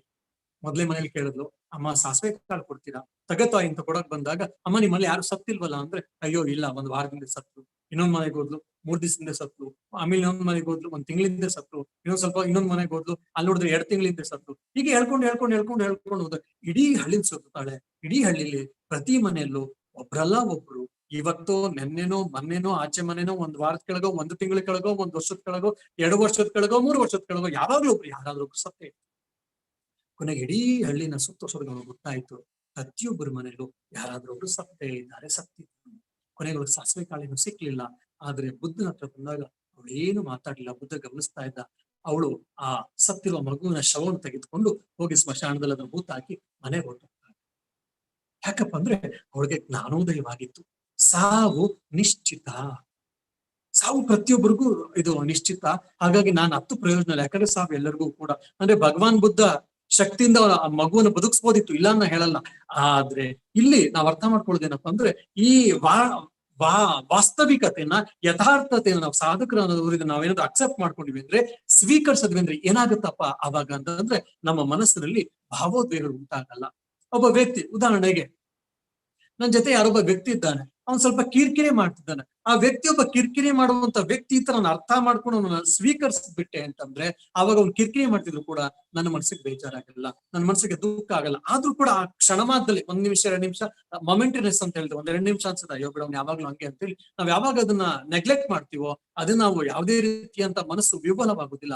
ಬದಲಾಗಿ ನಾವು ಮುಂದಕ್ಕೆ ಹೋಗ್ತೀವಿ, ಜೀವನದಲ್ಲಿ ಆನಂದವಾಗಿರ್ತೀವಿ. ನಾವು ಜೀವನದಲ್ಲಿ ಏನ್ ಮಾಡ್ಬೇಕು ಅನ್ಕೊಂಡಿರ್ತೀವೋ ಅದನ್ನ ಮಾಡ್ಕೊಂಡು ಹೋಗ್ತೀವಿ. ಹಾಗೆ ಇದು 3 ರೀತಿಯಲ್ಲಿ, ಒಂದು ಸಾಕ್ಷಿ ಭಾವ, ಇನ್ನೊಂದು 2ನೇದು ಇದೆಲ್ಲ ಬಂದು ಹೋಗುವಂತದ್ದು, ಇವೆಲ್ಲ ಕೂಡ ಅನಿತ್ಯ ಅಂತ ಹೇಳಿ ಅರ್ಥ ಮಾಡ್ಕೊಳ್ಳೋದು. ಇಲ್ಲ 3ನೇದು ಇದು ಜೀವನದ ಕಟು ಸತ್ಯ, ಹಂಗ ನಾವೇನು ಮಾಡಕ್ಕಾಗಲ್ಲ, ನಾವ್ ಇದನ್ನ ಸ್ವೀಕರಿಸ್ಬೇಕು. ನಾವು ಸ್ವೀಕರಿಸ್ಬೇಕು, ಅಕ್ಸೆಪ್ಟೆನ್ಸ್ ಮಾಡ್ಕೊಂಡ್ವಿ ಅಂದ್ರೆ ಇದಾಗತ್ತೆ. ಇದು ಆಧ್ಯಾತ್ಮಿಕ ದೃಷ್ಟಿಕೋನದಿಂದ. ತಾತ್ವಿಕ ದೃಷ್ಟಿಕೋನ ನಿಮ್ಗೆಲ್ಲ ಹೇಳಿದ್ದು, ಯಾಕೆ ನೀವೆಲ್ಲ ಭಕ್ತರು ಸಾಧಕರು, ಹಂಗಾಗಿ ಭಗವದ್ಗೀತೆಯನ್ನ ಶ್ರೀರಾಮಕೃಷ್ಣ ಉಪದೇಶಗಳನ್ನ ಆಧಾರವಾಗಿ ಇಟ್ಕೊಂಡು ಈ 3 ರೀತಿಯಲ್ಲಿ ನಾವು ನಕಾರಾತ್ಮಕ ಭಾವನೆಗಳಿಂದ ಮುಕ್ತರಾಗ್ಬೋದು ಅಂತ ಹೇಳಿದೆ. ಇನ್ನ ಸಾಧಕರು ಭಕ್ತರು ಅಲ್ಲ, ನಾವು ಸಾಮಾನ್ಯರು, ನಮ್ಗೆ ಇದೆಲ್ಲ ಕಷ್ಟ ಆಗತ್ತೆ ಅಂತ ನಾವೇನಾದ್ರು ಆಲೋಚನೆ ಮಾಡಿದ್ರೆ, ನಾವು ನಕಾರಾತ್ಮಕ ಭಾವನೆಗಳಿಂದ ಹೆಂಗಪ್ಪ ಆಲೋಚನೆ ಹೊರಗೆ ಬರಬೇಕು ಅಂದ್ರೆ, ನಮ್ಮಲ್ಲಿ ಇರುವಂತ ನಕಾರಾತ್ಮಕ ಭಾವನೆಗಳು ನಮ್ಮಲ್ಲಿ ಇದೆ ಅನ್ನುವಂಥದ್ದನ್ನ ನಾವು ಮೊದಲು ಸ್ವೀಕರಿಸಬೇಕು. First accept we have got negative thoughts, first accept we have got negative notions. ನಮ್ಮಲ್ಲಿ ನಕಾರಾತ್ಮಕ ಚಿಂತನೆಗಳು, ನಕಾರಾತ್ಮಕ ಭಾವನೆಗಳು ಇದೆ ಅನ್ನುವಂಥ ನಾವು ಮೊದಲು ಸ್ವೀಕರಿಸಬೇಕು. ಅಕ್ಸೆಪ್ಟ್ ಮಾಡಿದ್ರೆ ಆಮೇಲೆ ಅಕ್ಸೆಪ್ಟ್ ಮಾಡಿದ್ಮೇಲೆ ಯಾವ್ದದು ಹೊಟ್ಟೆ ಕಿಚ್ಚಿದ್ಯಾ, ನನ್ನ ಸಿಕ್ಕಾಪಟ್ಟೆ ಕೋಪ ಬರ್ತಾ ಇದೆಯಾ, ನನ್ಗೆ ತುಂಬಾ ಅತಿಯಾಸೆ ಇದೆಯಾ, ನನ್ ಮೇಲೆ ಯಾರಿಗೋ ಮೇಲೆ ಮೋಹ ಇದೆಯಾ, ಇಲ್ಲ ಯಾರಾದ್ರೂ ಒಂದು ಜೀವನದಲ್ಲಿ ಯಾರಾದ್ರೂ ಮೇಲೆ ಬರ್ತಿದ್ರೆ ಅವ್ರು ನೋಡೋಕಂಡ್ರೆ ಆಗಲ್ಲ, ಯಾಕಂದ್ರೆ ಹೊಟ್ಟೆ ಕಿಚ್ಚು, ನನ್ಗೆ ಆತರ ಬರಕ್ ಆಗ್ತಿಲ್ಲ ಅಂತ. ಇಲ್ಲ ಸುಮ್ನೆ ಸಣ್ಣ ವಿಷಯಕ್ಕೂ ನಾನು ಟೆನ್ಷನ್ ಆಗ್ಬಿಟ್ಟು ಯಾರು ಬೈತಾ ಇರೋದು, ಇಲ್ಲ ಸಣ್ಣ ವಿಷಯಕ್ಕೂ ನಾನು ಟೆನ್ಷನ್ ಆಗಿ ಮನಸ್ಸಿಗೆ ಸ್ಟ್ರೆಸ್ ತಗೋದ್ಕೊಂಡು ನನ್ನ ಆರೋಗ್ಯ ಹಾಳು ಮಾಡ್ಕೊಂಡು ಬೇರೆಯವ್ರ ಮೇಲೆ ಕೂಗಾಡ್ಕೊಂಡು ನನ್ನ ಮೇಲೆ ನನ್ನ ತಾತ್ಸಾರಿ ಭಾವನೆ, ಈ ತರ ಒಬ್ಬೊಬ್ರಿಗೂ ಒಂದೊಂದು ಭಾವನೆಗಳಿಂದ ವಿವಲರಾಗಿರ್ತಾರೆ, ಭಾವನೆಗಳಿಂದ ಬಂಧಿತರಾಗಿರ್ತಾರೆ. ಸೊ ಒಂದು ನನ್ನ ನಕಾರಾತ್ಮಕ ಭಾವನೆಗಳಿಂದ ಸ್ವೀಕರಿಸಿದ ಮೇಲೆ ಯಾವ ತರದ ನಕಾರಾತ್ಮಕ ಭಾವನೆ ನನ್ನಲ್ಲಿ ಮನೆ ಮಾಡಿದೆ, ಯಾವ ತರ ನಕಾರಾತ್ಮಕ ಭಾವನೆ ಸ್ಟ್ರಾಂಗ್ ಆಗಿ ಮನೆ ಮಾಡಿದೆ ಅಂತ ನಾವು ಅರ್ಥ ಮಾಡ್ಕೋಬೇಕು. ಅರ್ಥ ಮಾಡ್ಕೊಂಡ್ಮೇಲೆ ಆ ಸಮಸ್ಯೆ ನಮ್ಗೆ ಅರ್ಥ ಆದ್ಮೇಲೆ ಅದಕ್ಕೆ ಪರಿಹಾರವೂ ಸಿಗುತ್ತೆ. ಇದನ್ನೇ ಪ್ರತಿಪಕ್ಷ ಭಾವನಾ ಅಂತೇಳಿ ಯೋಗಶಾಸ್ತ್ರದಲ್ಲಿ ಯೋಗ ಸೂತ್ರದಲ್ಲಿ ಹೇಳುತ್ತೆ. ಏನ್ ಪ್ರತಿಪಕ್ಷ ಭಾವನಾ? ನನ್ನಲ್ಲಿ ಉದಾಹರಣೆಗೆ ಕ್ರೋಧ ಇತ್ತು, ಯಾರೋ ಒಬ್ಬನ ಮೇಲೆ ಸಿಟ್ಟಿತ್ತು, ಆ ಸಿಟ್ಟನ್ನು ತೆಗಿಬೇಕು. ಏನ್ ಮಾಡುದು? ಅವನ ಪ್ರೀತಿಸ್ಲಿಕ್ಕೆ ಪ್ರಾರಂಭ ಮಾಡ್ಬೇಕು. ಅವನ ಮೇಲೆ ಯಾವಾಗ ಒಬ್ಬ ವ್ಯಕ್ತಿ ಪ್ರೀತಿಸ್ಲಿಕ್ಕೆ ಪ್ರಾರಂಭ ಮಾಡ್ತೀನೋ ಅವನ ಮೇಲೆ ನನಗೆ ಸಿಟ್ಟು ಬರುವುದಿಲ್ಲ. ಇಲ್ಲ ಸಿಟ್ಟು ಬನ್ನೋದು ಒಂದು ಕ್ಷಣಿಕವಾಗಿತ್ತು, ಅವನೊಂದು ಸರಿ ಮಾಡ್ಬೇಕು ಅನ್ನೋ ಸಿಟ್ಟು ಇರ್ತದ್ ಬಿಟ್ರೆ ಅವನ ಮೇಲೆ ನಿಜವಾಗ್ಲೂ ನಮ್ಗೆ ಯಾವುದೇ ಸಿಟ್ಟು ಇರುವುದಿಲ್ಲ. ಯಾಕಂದ್ರೆ ಆ ವ್ಯಕ್ತಿ ಚೆನ್ನಾಗಾಗ್ಲಿ ಅಂತ ಒಂದೇ ಒಂದು ದೃಷ್ಟಿಕೋನ ಅಷ್ಟೇ ಹೇಳ್ತಾ ಇರ್ತದೆ. ಇಲ್ಲ ಇನ್ಯಾವುದೋ ಒಂದು ವಸ್ತು ಮೇಲೆ ತುಂಬಾ ಅಟ್ಯಾಚ್ಮೆಂಟ್ ಇದೆ, ಆ ವಸ್ತು ಇಲ್ಲ ಅಂದ್ರೆ ನಮ್ಗೆ ಆಗೋದಿಲ್ಲ. ಉದಾಹರಣೆಗೆ ಮೊಬೈಲ್, ನಮ್ಗೆ ಇವತ್ತು ಮೊಬೈಲ್ ಇಲ್ಲ ಅಂದ್ರೆ, ಇಂಟರ್ನೆಟ್ ಇಲ್ಲ ಅಂದ್ರೆ, ಎಸ್ಪೆಷಲಿ ಯಂಗ್ಸ್ಟರ್ಸ್ಗೆ ಫೇಸ್ಬುಕ್ ಇಲ್ಲ ಅಂತಂದ್ರೆ ಆಗೋದೇ ಇಲ್ಲ ಅಂತ ನಾವು ಆಲೋಚನೆ ಮಾಡ್ತಾ ಇರ್ತೀವಿ. ಆ ರೀತಿಯಾದಂತ ಒಂದು ಬಂಧನಕ್ಕೆ ನಾವು ಒಳಗಾಗಿರ್ತೀವಿ. ಅಂತ ಒಂದು ಅಟ್ಯಾಚ್ಮೆಂಟ್ ನಾವು ದೂರ ಆಗ್ಬೇಕು. ಹೇಗಪ್ಪ ಅಂದ್ರೆ ಅವಾಗ ನಾನೊಂದು ಜೀವನದಲ್ಲಿ ಮುಂದೆ ಬರ್ಬೇಕು, ನಾನೊಬ್ಬ ಕವಿ ಆಗ್ಬೇಕು, ಒಬ್ಬ ಸಾಹಿತಿ ಆಗ್ಬೇಕು, ಒಳ್ಳೆ ಸನ್ಯಾಸಿ ಆಗ್ಬೇಕು, ಒಳ್ಳೆ ಇಲ್ಲ ಫಿಲಮ್ ಆಕ್ಟರ್ ಆಗ್ಬೇಕು, ನಾನು ಒಳ್ಳೆ ಇಂಜಿನಿಯರ್ ಆಗ್ಬೇಕು, ಇಲ್ಲ ನಾನು ಒಬ್ಬಳೆ ಸಮಾಜ ಸೇವಕನಾಗ್ಬೇಕು ಅಂತ ಈ ತರದ ಆಲೋಚನೆಗಳನ್ನ ಮಾಡ್ಕೊಂಡು ಅದನ್ನ ಮತ್ತೆ ಭಾವಿಸ್ಕೊಂಡು ಅದಕ್ಕೆ ನಮ್ಮ ಗುರಿ, ನಮ್ಮ ಸಾಧನೆ ನಾವು ಅಟ್ಯಾಚ್ ಆದ್ವಿ ಅಂದ್ರೆ ಆಟೋಮೆಟಿಕಲಿ ಮೊಬೈಲ್, ಇಂಟರ್ನೆಟ್ ಅವೆಲ್ಲ ನಮ್ಮ ಜೊತೆ ಇದ್ದು ಕೂಡ ನಾವು ಅದಕ್ಕೆ ಅಟ್ಯಾಚ್ ಆಗಲ್ಲ. ಯಾಕೆಂದ್ರೆ ನಮ್ಮ ಗುರಿಗಳತ್ತ ನಮ್ಮ ಮನಸ್ಸರಿದೆ. ಇದನ್ನ ನಾವು ಪ್ರತಿಪಕ್ಷ ಭಾವನಾ ಅಂತ ಹೇಳ್ತೀವಿ. ಯಾವ ಭಾವನೆ ಯಾವಾಗ ನಮ್ಗೆ ಸಮಸ್ಯೆ ಇದೋ ಆ ಸಮಸ್ಯೆಗೆ ಪರಿಹಾರವನ್ನ ನಾವು ಹುಡುಕಿಕೊಂಡು ಇಲ್ಲ ಕೇಳ್ಕೊಂಡು ತಿಳ್ಕೊಂಡು ಆ ಪರಿಹಾರವನ್ನು ಜೀವನದಲ್ಲಿ ಅಳವಡಿಸ್ಕೊಂಡ ನಾವು ನಕಾರಾತ್ಮಕ ಭಾವನೆಗಳಿಂದ ನಾವು ಮುಕ್ತರಾಗ್ತೀವಿ. ಇದನ್ನ ಸಾಮಾನ್ಯವಾಗಿ ಹೇಳ್ತಾರೆ. ಇನ್ನ ನಕಾರಾತ್ಮಕ ಭಾವನೆಗಳು ಪ್ರತಿಯೊಬ್ಬರಿಗೂ ಸಾಮಾನ್ಯವಾಗಿ ಇದ್ದೇ ಇರುತ್ತೆ. ಅದೊಂದು ದೊಡ್ಡ ದೋಷ, ದೊಡ್ಡ ತಪ್ಪು ಅಂತ ನಾವೇನು ಆಲೋಚನೆ ಮಾಡ್ಬೇಕಿಲ್ಲ. ಬಂದಿದೆ ನಮ್ಮಲ್ಲಿ ಯಾವುದಂತ ಆಲೋಚನೆ ಮಾಡ್ಕೊಂಡು ಅರ್ಥ ಮಾಡ್ಕೊಂಡು ಹೋಗ್ತಾ ಇರ್ಬೇಕು. ಇದು ಇನ್ನೊಂದು ಆಂಟಿಡೋಟ್ ಥಿಂಕಿಂಗ್ ಅಂತ ಹೇಳ್ತಾರೆ. ಆಂಟಿಡೋಟ್ ಥಿಂಕಿಂಗ್ ಅಂತಂದ್ರೆ ಪರಮೌಷಧಿ ಆಲೋಚನೆ ಅಂತ. ಇದೊಂದು ಮನಃಶಾಸ್ತ್ರದಲ್ಲಿ ಬೇರೆ ಬೇರೆ ಕಡೆ ಬರುತ್ತೆ. ಪರಮೌಷಧಿ ಆಲೋಚನೆ ಏನಪ್ಪಾ ಅಂದ್ರೆ ಯಾವಾಗ್ಲೂ ಪ್ರತಿಯೊಂದು ವಸ್ತುವಿನಲ್ಲೂ, ಪ್ರತಿಯೊಂದು ವ್ಯಕ್ತಿಯಲ್ಲೂ, ಪ್ರತಿಯೊಬ್ಬರಲ್ಲೂ ಕೂಡ ನಾವು ಸಕಾರಾತ್ಮಕವಾಗಿ ನೋಡುವಂಥದ್ದು. ಇದನ್ನೇ ಶ್ರೀಮಾತೆಯವರು ತಮ್ಮ ಚರಮ ಸಂದೇಶವನ್ನು, ಅಂತಿಮ ಸಂದೇಶವನ್ನು ಹೇಳಿದ್ದು. ಮಗು ನಿನಗೆ ಮನಃಶಾಂತಿ ಬೇಕಾಗಿದ್ರೆ ಯಾರಲ್ಲೂ ದೋಷವನ್ನು ಕಾಣಬೇಡ. ಸೊ ನಾವು ಪ್ರತಿಯೊಬ್ಬರಲ್ಲೂ, ಪ್ರತಿ ವಸ್ತುವಿನಲ್ಲೂ ಕೂಡ ಒಳ್ಳೆಯದನ್ನ ನೋಡುವಂತಹ ಪ್ರಯತ್ನವನ್ನ ಮಾಡುದು. ಪುರುಷೋತ್ತಮಾಜಿಯವರು ಬರ್ದಿದ್ರು ಹಿಂದೆ 3 ಜನ ಸನ್ಯಾಸಿಗಳ ಕತೆ. ಆ ಸನ್ಯಾಸಿಗಳಲ್ಲಿ ಒಂದು ಸಮಸ್ಯೆ ಇತ್ತು. ಯಾರೋ ಒಬ್ರು ಗುರುಗಳ ಹತ್ರ ಕೇಳಿದಾಗಿಲ್ಲ, ಅವರಲ್ಲ ನಿಮ್ಮಲ್ಲೇ ಒಬ್ಬ ಸಂತ ಇದ್ದಾನೆ ಅಂತ ಹೇಳಿದಾಗ ಆ ಒಬ್ರನ್ನೊಬ್ರು ಇವನಿರ್ಬೋದಾ ಅಂತ ನೋಡ್ತಾ ಪ್ರತಿಯೊಬ್ಬರಲ್ಲೂ ಕೂಡ ಒಳ್ಳೆ ಭಾವನೆಗಳು ನೋಡ್ಲಿಕ್ಕೆ ಪ್ರಾರಂಭ ಮಾಡ್ತಾರೆ. ಅವರಲ್ಲೆಲ್ಲ ಒಳ್ಳೆ ಭಾವನೆಗಳು ಆಗ್ತಾ ಅವ್ರು ಮುಂದುವರಿತಾರೆ. ಅಲ್ಲಿ ಆ ಹಳೆಯ ಡೈಲಾಪಿಟೆಡ್, ಹಳೆಯ ಶಿಥಿಲವಾಗಿದ್ದಂತ ಮಠ ಚೆನ್ನಾಗಾಗುತ್ತೆ, ಭಕ್ತರು ಬರ್ಲಿಕ್ಕೆ ಜಾಸ್ತಿ ಆಗ್ತಾರೆ, ಇತ್ಯಾದಿ ಮಠ ಪ್ರಬುದ್ಧಮಾನಕ್ಕೆ ಬರುತ್ತೆ ಅಂತ ನಾವೆಲ್ಲ ಪ್ರಾಯಶಃ ಪುರುಷೋತ್ತಮಾಂಜಿ ಉಪನ್ಯಾಸಗಳನ್ನ ಯಾರು ಕೇಳಿರ್ತೀವೋ ಅವ್ರ ಪುಸ್ತಕಗಳನ್ನೆಲ್ಲ ಓದಿರ್ತೀವೋ ನಮ್ಗೆಲ್ಲ ಇದು ಗೊತ್ತಿರುತ್ತೆ. ಸೊ ಆ ರೀತಿ ಪ್ರತಿಯೊಬ್ಬ ವ್ಯಕ್ತಿಯಲ್ಲಿ, ಪ್ರತಿಯೊಂದು ವಸ್ತುವಿನಲ್ಲಿ, ಪ್ರತಿಯೊಂದು ಸನ್ನಿವೇಶದಲ್ಲೂ ಕೂಡ ನಾವು ಸಕಾರಾತ್ಮಕವಾದಂತಹ ಅಂಶಗಳನ್ನ ಕಾಣುವಂತ ಪ್ರಯತ್ನವನ್ನು ಮಾಡ್ತಾ ಇರಬೇಕು. ನಕಾರಾತ್ಮಕ ಅಂಶಗಳಿದ್ರು ಕೂಡ ಅದು ಇರುತ್ತೆ ಅಂತೆಲ್ಲ ಅರ್ಥ ಮಾಡ್ಕೊಂಡು ಸ್ವೀಕರಿಸ್ಕೊಂಡು ಅದಕ್ಕೆ ನಾವು ಪ್ರತಿಕ್ರಿಯೆನ ಕೊಡ್ದಂಗಿರೋದನ್ನ ನಮ್ಮ ಕಲ್ತ್ಕೊಂಡು, ಒಬ್ಬ ವ್ಯಕ್ತಿ ಆಮೇಲೆ ಚೆನ್ನಾಗಿದೆ ಇದೆಲ್ಲ ಒಳ್ಳೆ ಅಂಶಗಳಿದೆ, ಇದೆಲ್ಲ ಅವನ ಸ್ಟ್ರೆಂತ್ಗಳು ಅಂತ ಅರ್ಥ ಮಾಡ್ಕೊಂಡು ನಾವು ಅದನ್ನ ಪುಷ್ಟೀಕರಿಸ್ಕೊಂಡು ಅದನ್ನ ಕಡೆ ನೋಡ್ಕೊಂಡು ನಿಮ್ಗೆ ಈ ತರ ಎಲ್ಲ ಸಮಸ್ಯೆಗಳಿದೆ, ಸ್ವಲ್ಪ ಇವತ್ತು ಈ ಡ್ರಾಬ್ಯಾಕ್ಸ್ ಅರ್ಥ ಮಾಡ್ಕೊಂಡು ಅದಕ್ಕೆ ರಿಯಾಕ್ಟಿವ್ ಕೊಡದೆ ಅದ್ರ ಬಗ್ಗೆ ಮಾತಾಡದೆ ನಾವು ಅವನ ಸ್ಟ್ರೆಂತ್ ಅನ್ನೇ ಕಾನ್ಸಂಟ್ರೇಟ್ ಮಾಡ್ಕೊಂಡು ಮಾಡ್ತಾ ಇದ್ದಾಗ ಏನಾಗುತ್ತೆ, ನಮ್ಮ ಮನಸ್ಸು ಪರಿಶುದ್ಧವಾಗುತ್ತೆ, ನಮ್ಮ ಮನಸ್ಸು ಪರಿಪಕ್ವವಾಗುತ್ತೆ, ನಮ್ಮ ಮನಸ್ಸು ಶಕ್ತಿಯುತವಾಗಿರುತ್ತೆ. ಅವಾಗ ಏನಾಗುತ್ತೆ, ನಾವು ಜೀವನದಲ್ಲಿ ಮುಂದಕ್ಕೆ ಹೋಗ್ತಾ ಇರ್ತೀವಿ. ನಮ್ಮ ರಿಲೇಷನ್ಸ್ ಚೆನ್ನಾಗಿರ್ಬೇಕಂದ್ರೆ ನಾವು ಮನುಷ್ಯನ ಸಂಘ ಜೀವಿ, ಸಮಾಜದ ಜೀವಿ. ಸಮಾಜದಲ್ಲಿ ನಾವು 10 ಜನ ಗಂಡ ಹೆಂಡತಿ ಮಕ್ಕಳು ಮೊಮ್ಮಕ್ಕಳು ನೆಂಟರಿಷ್ಟರು ಮತ್ತೆ ಕೊಲೀಗ್ಸು ಮತ್ತೆ ನೆರೆಹೊರೆಯವ್ರ ಜೊತೆ ಎಲ್ಲ ಜೀವನ ಮಾಡ್ಬೇಕು. ಅವರೆಲ್ಲ ಜೊತೆ ಒಂದು ಸಂಬಂಧವನ್ನ ಬೆಳೆಸ್ಕೋಬೇಕು. ಸಂಬಂಧ ಎಲ್ಲ ಹಾಳಾಗೋದು ಕೂಡ ಮನುಷ್ಯಂತಿ ಹಾಳಾಗ್ತಾ ಇರುತ್ತೆ. ಸೊ ಹಾಗಾಗಿ ಪ್ರತಿಯೊಬ್ಬರಲ್ಲೂ ಕೂಡ ಒಳ್ಳೆಯ ಅಂಶವನ್ನು ನೋಡ್ಕೊಂಡು ಆ ಒಳ್ಳೆಯ ಅಂಶ ನೋಡ್ತಾ ಇರೋದು, ಅವರಲ್ಲಿ ಇರುವಂತ ಏನಾದ್ರು ಹೆಚ್ಚು ಕಮ್ಮಿ ತಪ್ಪಾಂಶ ನೋಡದೆ ಇರೋ ಪ್ರಯತ್ನ ಮಾಡೋದು, ಕಂಡ್ರು ಕೂಡ ಅದನ್ನ ವೈಭವೀಕರಿಸದೆ ಅದ್ರ ಬಗ್ಗೆ ಎತ್ತಾಡದೆ ಅದಿದೆ ಅಂತ ಅರ್ಥ ಮಾಡ್ಕೊಂಡು ಅದ್ರ ತಕ್ಕಂಗೆ ನಾವು ಅವನ ಹತ್ರ ಒಂದು ವ್ಯವಹಾರ ಮಾಡ್ಕೊಂಡಿದೀವಿ ಅಂತಂದ್ರೆ ಅವಾಗ ಆನಂದವಾಗಿರ್ಬೋದು, ಸಂತೋಷವಾಗಿರ್ಬೋದು, ನೆಮ್ಮದಿಯಿಂದ ಇರ್ಬೋದು, ನಾವು ಜೀವನದಲ್ಲಿ ಕೂಡ ಮುಂದೋಗ್ಬೇಕು. ಇದನ್ನೇ ಆಂಟಿಡೋಟಲ್ ಥಿಂಕಿಂಗ್ ಅಂತ ಹೇಳಿ, ಪರಮೌಷಧಿಯ ಆಲೋಚನೆ ಅಂದ್ರೆ ಅರ್ಥ ಏನಪ್ಪಾ ಅಂದ್ರೆ ನನ್ನಲ್ಲಿ ಮತ್ತೆ ಬೇರೆಯವ್ರಲ್ಲಿ ಇರುವಂತಹ ಒಳ್ಳೆಯ ಅಂಶಗಳನ್ನೇ ನೋಡ್ತಾ ಅದನ್ನೇ ಪುಷ್ಟೀಕರಿಸ್ತಾ ಅದ್ರ ಬಗ್ಗೆ ಆಲೋಚನೆ ಮಾಡ್ತಾ ಹೋಗ್ತಾರೆ ಸಕಾರಾತ್ಮಕವಾಗಿ. ಎಲ್ಲದರಲ್ಲೂ ಸಕಾರಾತ್ಮಕ, ಎಲ್ಲರೂ ಸಕಾರಾತ್ಮಕ. ಶ್ರೀಮಾತೆಯವ್ರ ಜೀವನದಲ್ಲಿ ನಾವು ನೋಡ್ಬೋದು. ಶ್ರೀಮಾತೆಯವರಲ್ಲಿ ಯಾರೆಲ್ಲೂ ಕೂಡ ತಪ್ಪನ್ನು ಕಂಡಿದ್ದು ನಾವು ಕಾಣಲ್ಲ. ಇದನ್ನೇ ರಾಮಕೃಷ್ಣ ಮಹಾಸಂಘದ 13ನೇ ಪರಮಾಧ್ಯಕ್ಷ ಸ್ವಾಮಿ ರಂಗನಾಥಾಂಜಿ ಮಹಾರಾಜ್ ಜೀವನದಲ್ಲಿ ನಾವು ನೋಡ್ಬೋದು. ಯಾರೊಬ್ಬರಲ್ಲೂ ಕೂಡ ಅವ್ರ ತಪ್ಪನ್ನ ಕಾಣದೇ ಇರ್ಲಿಲ್ಲ. ಎಲ್ಲರಲ್ಲೂ ಕೂಡ ಒಳ್ಳೇದನ್ನ ಕಾಣ್ತಿದ್ರು. ಪ್ರತಿಯೊಂದು ವಸ್ತುವಿನಲ್ಲೂ ಪ್ರತಿಯೊಬ್ಬನ ಕೆಲಸದಲ್ಲೂ ಕೂಡ ಒಂದು ಒಳ್ಳೇದನ್ನ ಕಾಣ್ತಿದ್ರು. Yes you done that great, it is good good good ಅಂತ ಹೇಳಿ. ಅವಾಗ ಏನಾಗ್ತಿತ್ತು, ಪ್ರತಿಯೊಬ್ರು ಕೂಡ ಎನ್ಕರೇಜ್ ಮಾಡ್ದಂಗ ಆಗ್ತಿತ್ತು, ಪ್ರೋತ್ಸಾಹ ಮಾಡ್ದಂಗ ಆಗ್ತಾ ಇತ್ತು. ಅವರಲ್ಲಿ ಇದ್ದಂತ ಶಕ್ತಿಗೆ ಒಂದು ಉತ್ತೇಜನ ಕೊಟ್ಟಂಗ ಆಗ್ತಾ ಇತ್ತು. ಹೊರಗಡೆ ಇವ್ರಿಗೆ ಆಂತರಿಕವಾಗಿ ಅವರ ಮನಸ್ಸು ಕಲುಷಿತವಾಗ್ತಿರ್ಲಿಲ್ಲ, ಅವರ ಮನಸ್ಸು ಹಾಳಾಗ್ತಿರ್ಲಿಲ್ಲ, ಅವರ ಭಾವನೆಗಳು ಹಾಳಾಗ್ತಿರ್ಲಿಲ್ಲ, ಅದರಿಂದ ಅವರ ಮನಃಶಾಂತಿ ಹಾಳಾಗ್ತಿರ್ಲಿಲ್ಲ. ಹಾಗೂ ಜೀವನದ ಸಾಧನೆ ತುಂಬಾ ಸಾಧ್ಯನ ಅವರು ಮಾಡ್ಲಿಕ್ಕೆ ಸಾಧ್ಯ ಆಯ್ತು. ಸೊ ಹಾಗಾಗಿ ನಾವು ಸಕಾರಾತ್ಮಕ ಆಲೋಚನೆಗಳು ಸದಾ ಮಾಡ್ತಾ ಇರ್ಬೇಕು. ಅಂದ್ರೇನು, ನಕಾರಾತ್ಮಕ ಆಲೋಚನೆ ಮಾಡೋದ್ ಬಿಡ್ತಾ ಇರ್ಬೇಕು. ಇದು ಹೇಗಪ್ಪ ಅಂದ್ರೆ ಅಭ್ಯಾಸ ವೈರಾಗ್ಯ. ಇಲ್ಲಿ ಅಭ್ಯಾಸ ಅಂದ್ರೆ ಸಕಾರಾತ್ಮಕ ಆಲೋಚನೆಗಳನ್ನ, ಒಳ್ಳೆಯ ಚಿಂತನೆಗಳನ್ನ, ಒಳ್ಳೆಯ ಭಾವನೆಗಳನ್ನ ಮತ್ತೆ ಮತ್ತೆ ಪ್ರಜ್ಞಾಪೂರ್ವಕವಾಗಿ ಕಾನ್ಶಿಯಸ್ ಆಗಿ ರೂಪಿಸ್ಕೊಂಡು ಹೋಗೋದು. ವೈರಾಗ್ಯ ಅಂದ್ರೆ ಬಿಡುವುದು ಅಂತ. ಏನೋ ಬಿಡೋದು, ನಕಾರಾತ್ಮಕ ಭಾವನೆಗಳನ್ನ, ಅರಿಷಡ್ ವರ್ಗಗಳನ್ನು ಬಿಡುವಂತದ್ದು. ಯಾವ್ದೇ ನಕಾರಾತ್ಮಕ ಸ್ಟ್ರೆಸ್ ಇರ್ಬೋದು, ನಕಾರಾತ್ಮಕ ಹೇಟ್ರೇಟ್ ಇರ್ಬೋದು, ಜಲಸಿ ಇರ್ಬೋದು, ಅದ್ಯಾವ್ದಿದೆಯೋ ಅದನ್ನೆಲ್ಲ ಬಿಡ್ತಾ ಹೋಗುದು. ಯಾವ್ದೇ ರೀತಿ ಪ್ರತಿಪಕ್ಷ ಭಾವನೆ ಅಂತ ನಾ ಆಗ್ಲೇ ಹೇಳಿದೆ. ಈ ರೀತಿ ಮಾಡ್ಕೊಂಡು ಹೋದ್ವಿ ಅಂತಂದ್ರೆ ನಾವು ಆನಂದವಾಗಿರ್ತೀವಿ, ಜೀವನದಲ್ಲಿ ಸಂತೋಷವಾಗಿರ್ತೀವಿ ಅಂತ. ಸೊ ಹಾಗಾಗಿ ನಮ್ಮಲ್ಲಿ ಏನ್ ಸಮಸ್ಯೆ ಅಂತ ನಾವು ಮೊದಲು ಅರ್ಥ ಮಾಡ್ಕೋಬೇಕು. ನಮ್ಮಲ್ಲಿ ಸಮಸ್ಯೆ ಅಂತ ನಾವು ಸ್ವೀಕರಿಸಿ ಅದ್ ಯಾವ ತರ ಸಮಸ್ಯೆ ಅಂತ ಅರ್ಥ ಮಾಡ್ಕೊಂಡು ಅದಕ್ಕೆ ಆಂಟಿಡೋಟ್ ಪರಿಹಾರವನ್ನು ಕಂಡ್ಕೊಂಡು ಪರಿಹಾರ ಜೀವನ ಅಳವಡಿಸ್ಕೊಂಡ್ವಿ ಅಂದ್ರೆ ನಾವು ಜೀವನದಲ್ಲಿ ಆನಂದವಾಗಿರ್ಲಿಕ್ಕೆ ಸಾಧ್ಯ. ಜೀವನ ಇರೋದು ಆನಂದವಾಗಿರ್ಲಿಕ್ಕೆ. ಆದ್ರೆ ನಾವು ಜೀವನವನ್ನು ಹಾಳು ಮಾಡ್ಕೊಳ್ತಾ ಇದೀವಿ. ಜೀವನದಲ್ಲಿ ಸುಮ್ಮನೆ ದುಃಖ ಅಂತ ಅನ್ಕೊಳ್ತಾ ಇದೀವಿ. ಕೆಲವೆಲ್ಲ ಏನು ಮಾಡ್ಲಿಕ್ಕಾಗಲ್ಲ. ಆದ್ರೆ ಹಲವಾರು ನಮ್ಮ ದೃಷ್ಟಿಕೋನ, ನಮ್ಮ ಆಲೋಚನೆಗಳಿಂದ ಆಗುತ್ತೆ. ಇದನ್ನ ಉಪನಿಷತ್ತುಗಳು ತುಂಬಾ ಚೆನ್ನಾಗಿ ಹೇಳ್ತಾವೆ. ಏನಪ್ಪಾ ಅಂದ್ರೆ ಜೀವ ಸೃಷ್ಟಿ, ಈಶ ಸೃಷ್ಟಿ ಅಂತ. ಏನ್ ಈಶ ಸೃಷ್ಟಿ ಅಂದ್ರೆ ಭಗವಂತನ ಸೃಷ್ಟಿ. ಒಂದು ಸುಂದರವಾದ ಯಾರೋ ಒಂದು ಗುಲಾಬಿ ಹೂವಿನ ಗುಚ್ಛವನ್ನ ಅಂದ್ರೆ ರೋಸ್ ಬಂಡಲ್ ನ ತಂದ್ಕೊಟ್ರು, ರೋಸ್ ಬಂಚ್ ನಿಮ್ಗೆ ತಂದ್ಕೊಟ್ರು. ರೋಸ್ ಬಂಚಲ್ ಅಂತ ಹೋಗಿ ಇಟ್ಕೊಂಡು ಕೈ ಚುಚ್ಚಿಬಿಡ್ತು ಮುಳ್ಳುಗಳು. ಅಯ್ಯಯ್ಯೋ, ಸುಂದರವಾದ ಹೂವಿನ ಗುಲಾಬಿಗಳ ಜೊತೆ ಸುಂದರವಾದ ಹೂವಿನ ಆ ಎಲೆಗಳ ಜೊತೆ ಮುಳ್ಳಿದೆ. ನಾವು ಆ ಹೂವು ನೋಡಿ ಮೈ ಮರೆತು ಇಟ್ಕೊಳ್ಬೇಕಾದ್ರೆ ಮುಳ್ಳು ಚುಚ್ಚಿಬಿಡ್ತು, ಅಯ್ಯಯ್ಯೋ ಅಂತ ಹೇಳಿ ನಾವು ಬಿಸಾಕಲ್ಲ. ಬದಲಾಗಿ ಮುಳ್ಳನ್ನು ತೆಗೆಯುವಂತ ಪ್ರಯತ್ನ ಮಾಡ್ತೀವಿ. ಇಲ್ಲ ಆ ಹೂವಿನ ಗೊಂಚಲನ್ನ ಹುಷಾರಾಗಿ ಹ್ಯಾಂಡಲ್ ಮಾಡುವಂತ ಪ್ರಯತ್ನವನ್ನ ಮಾಡ್ತಾ ಇರ್ತೀವಿ. ಸೊ ಹೇಗೆ ಅದು ಸುಂದರವಾದ ಹೂವಿನ ಗುಲಾಬಿ ಜೊತೆ ಮುಳ್ಳಿದೆ, ಅದು ಈಶ ಸೃಷ್ಟಿ, ಭಗವಂತನ ಸೃಷ್ಟಿ. ಅದು ನಾನು ನೀವು ಏನು ಮಾಡಕ್ಕಾಗಲ್ಲ.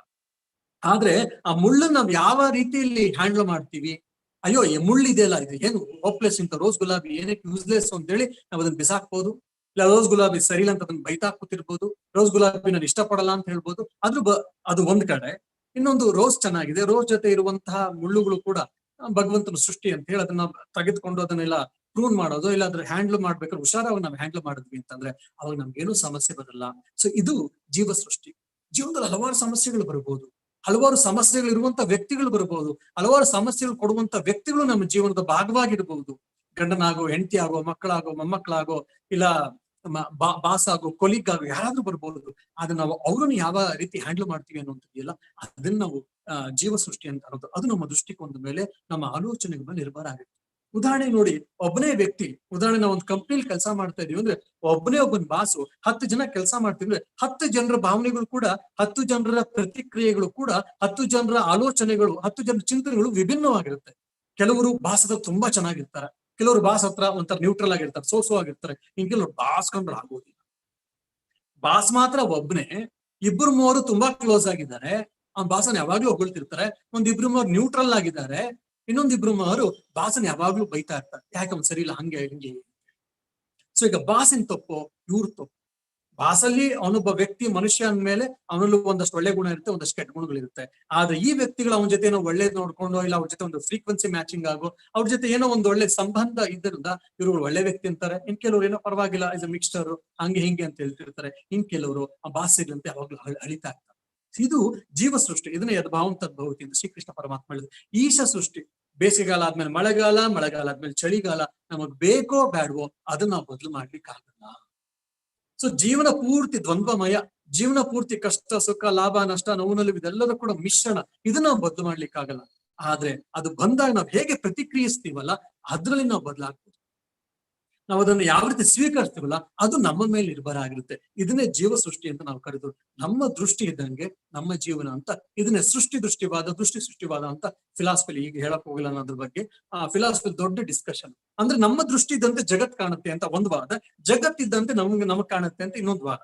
ಸೊ ಅದ್ವೈತ ಹೇಳೋದೇನಪ್ಪಾ ಅಂದ್ರೆ, ನಮ್ಮ ದೃಷ್ಟಿ ಇದ್ದಂಗೆ ಜಗತ್ ಕಾಣ್ತಾ ಇದೆ ಅಂತ ಹೇಳಿ. ಸೊ ನಮ್ಮ ದೃಷ್ಟಿ ಸರಿ ಮಾಡ್ಕೊಂಡ್ವಿ ಅಂದ್ರೆ ಜಗತ್ತು ಸರಿಯಾಗಿ ಕಾಣುತ್ತೆ. ಇಲ್ಲ ಜಗತ್ ಜಗತ್ ಹೇಗಿದೆಯೋ ಹಾಗೇ ಕಾಣುತ್ತೆ. ಏನು ಅಧ್ಯಾಸ ಅಂತ ಅದ್ವೈತದಲ್ಲಿ ಹೇಳ್ತೀವಲ್ಲ, ಇದನ್ನೇ ನಾವು ಸಾಧನೆ ಮಾಡ್ತಾ, ಜಪವನ್ನ ಮಾಡ್ತಾ, ಧ್ಯಾನವನ್ನ ಮಾಡ್ತಾ, ತಪಸ್ಸನ್ನ ಮಾಡ್ತಾ, ಭಜನೆಗಳನ್ನ ಮಾಡ್ತಾ ಪರಿಶುದ್ಧಿಯನ್ನ ಪಡಿತೀವಿ, ಪಾವಿತ್ರತೆಯನ್ನು ಪಡಿತೀವಿ. ಒಂದು ಅರ್ಥ ಏನಪ್ಪಾ ಅಂದ್ರೆ ನಮ್ಮ ದೃಷ್ಟಿಕೋನ ಸರಿಯಾಗ್ತಾ ಹೋಗುತ್ತೆ. ನಮ್ಮ ದೃಷ್ಟಿಕೋನ ಸರಿಯಾಗ್ತಾ ಹೋದಾಗ ನಾವು ಸಕಾರಾತ್ಮಕವಾಗಿ ಹೋಗ್ತೀವಿ, ಸಕಾರಾತ್ಮಕ ಚಿಂತನೆಗಳನ್ನು ಒಳ್ಳವರಾಗ್ತೀವಿ. ಅವಾಗ ಏನಾಗ್ತೀವಿ ಅಂದ್ರೆ ನಾವು ಜೀವನದಲ್ಲಿ ಮುಂದಕ್ಕೆ ಹೋಗ್ತೀವಿ.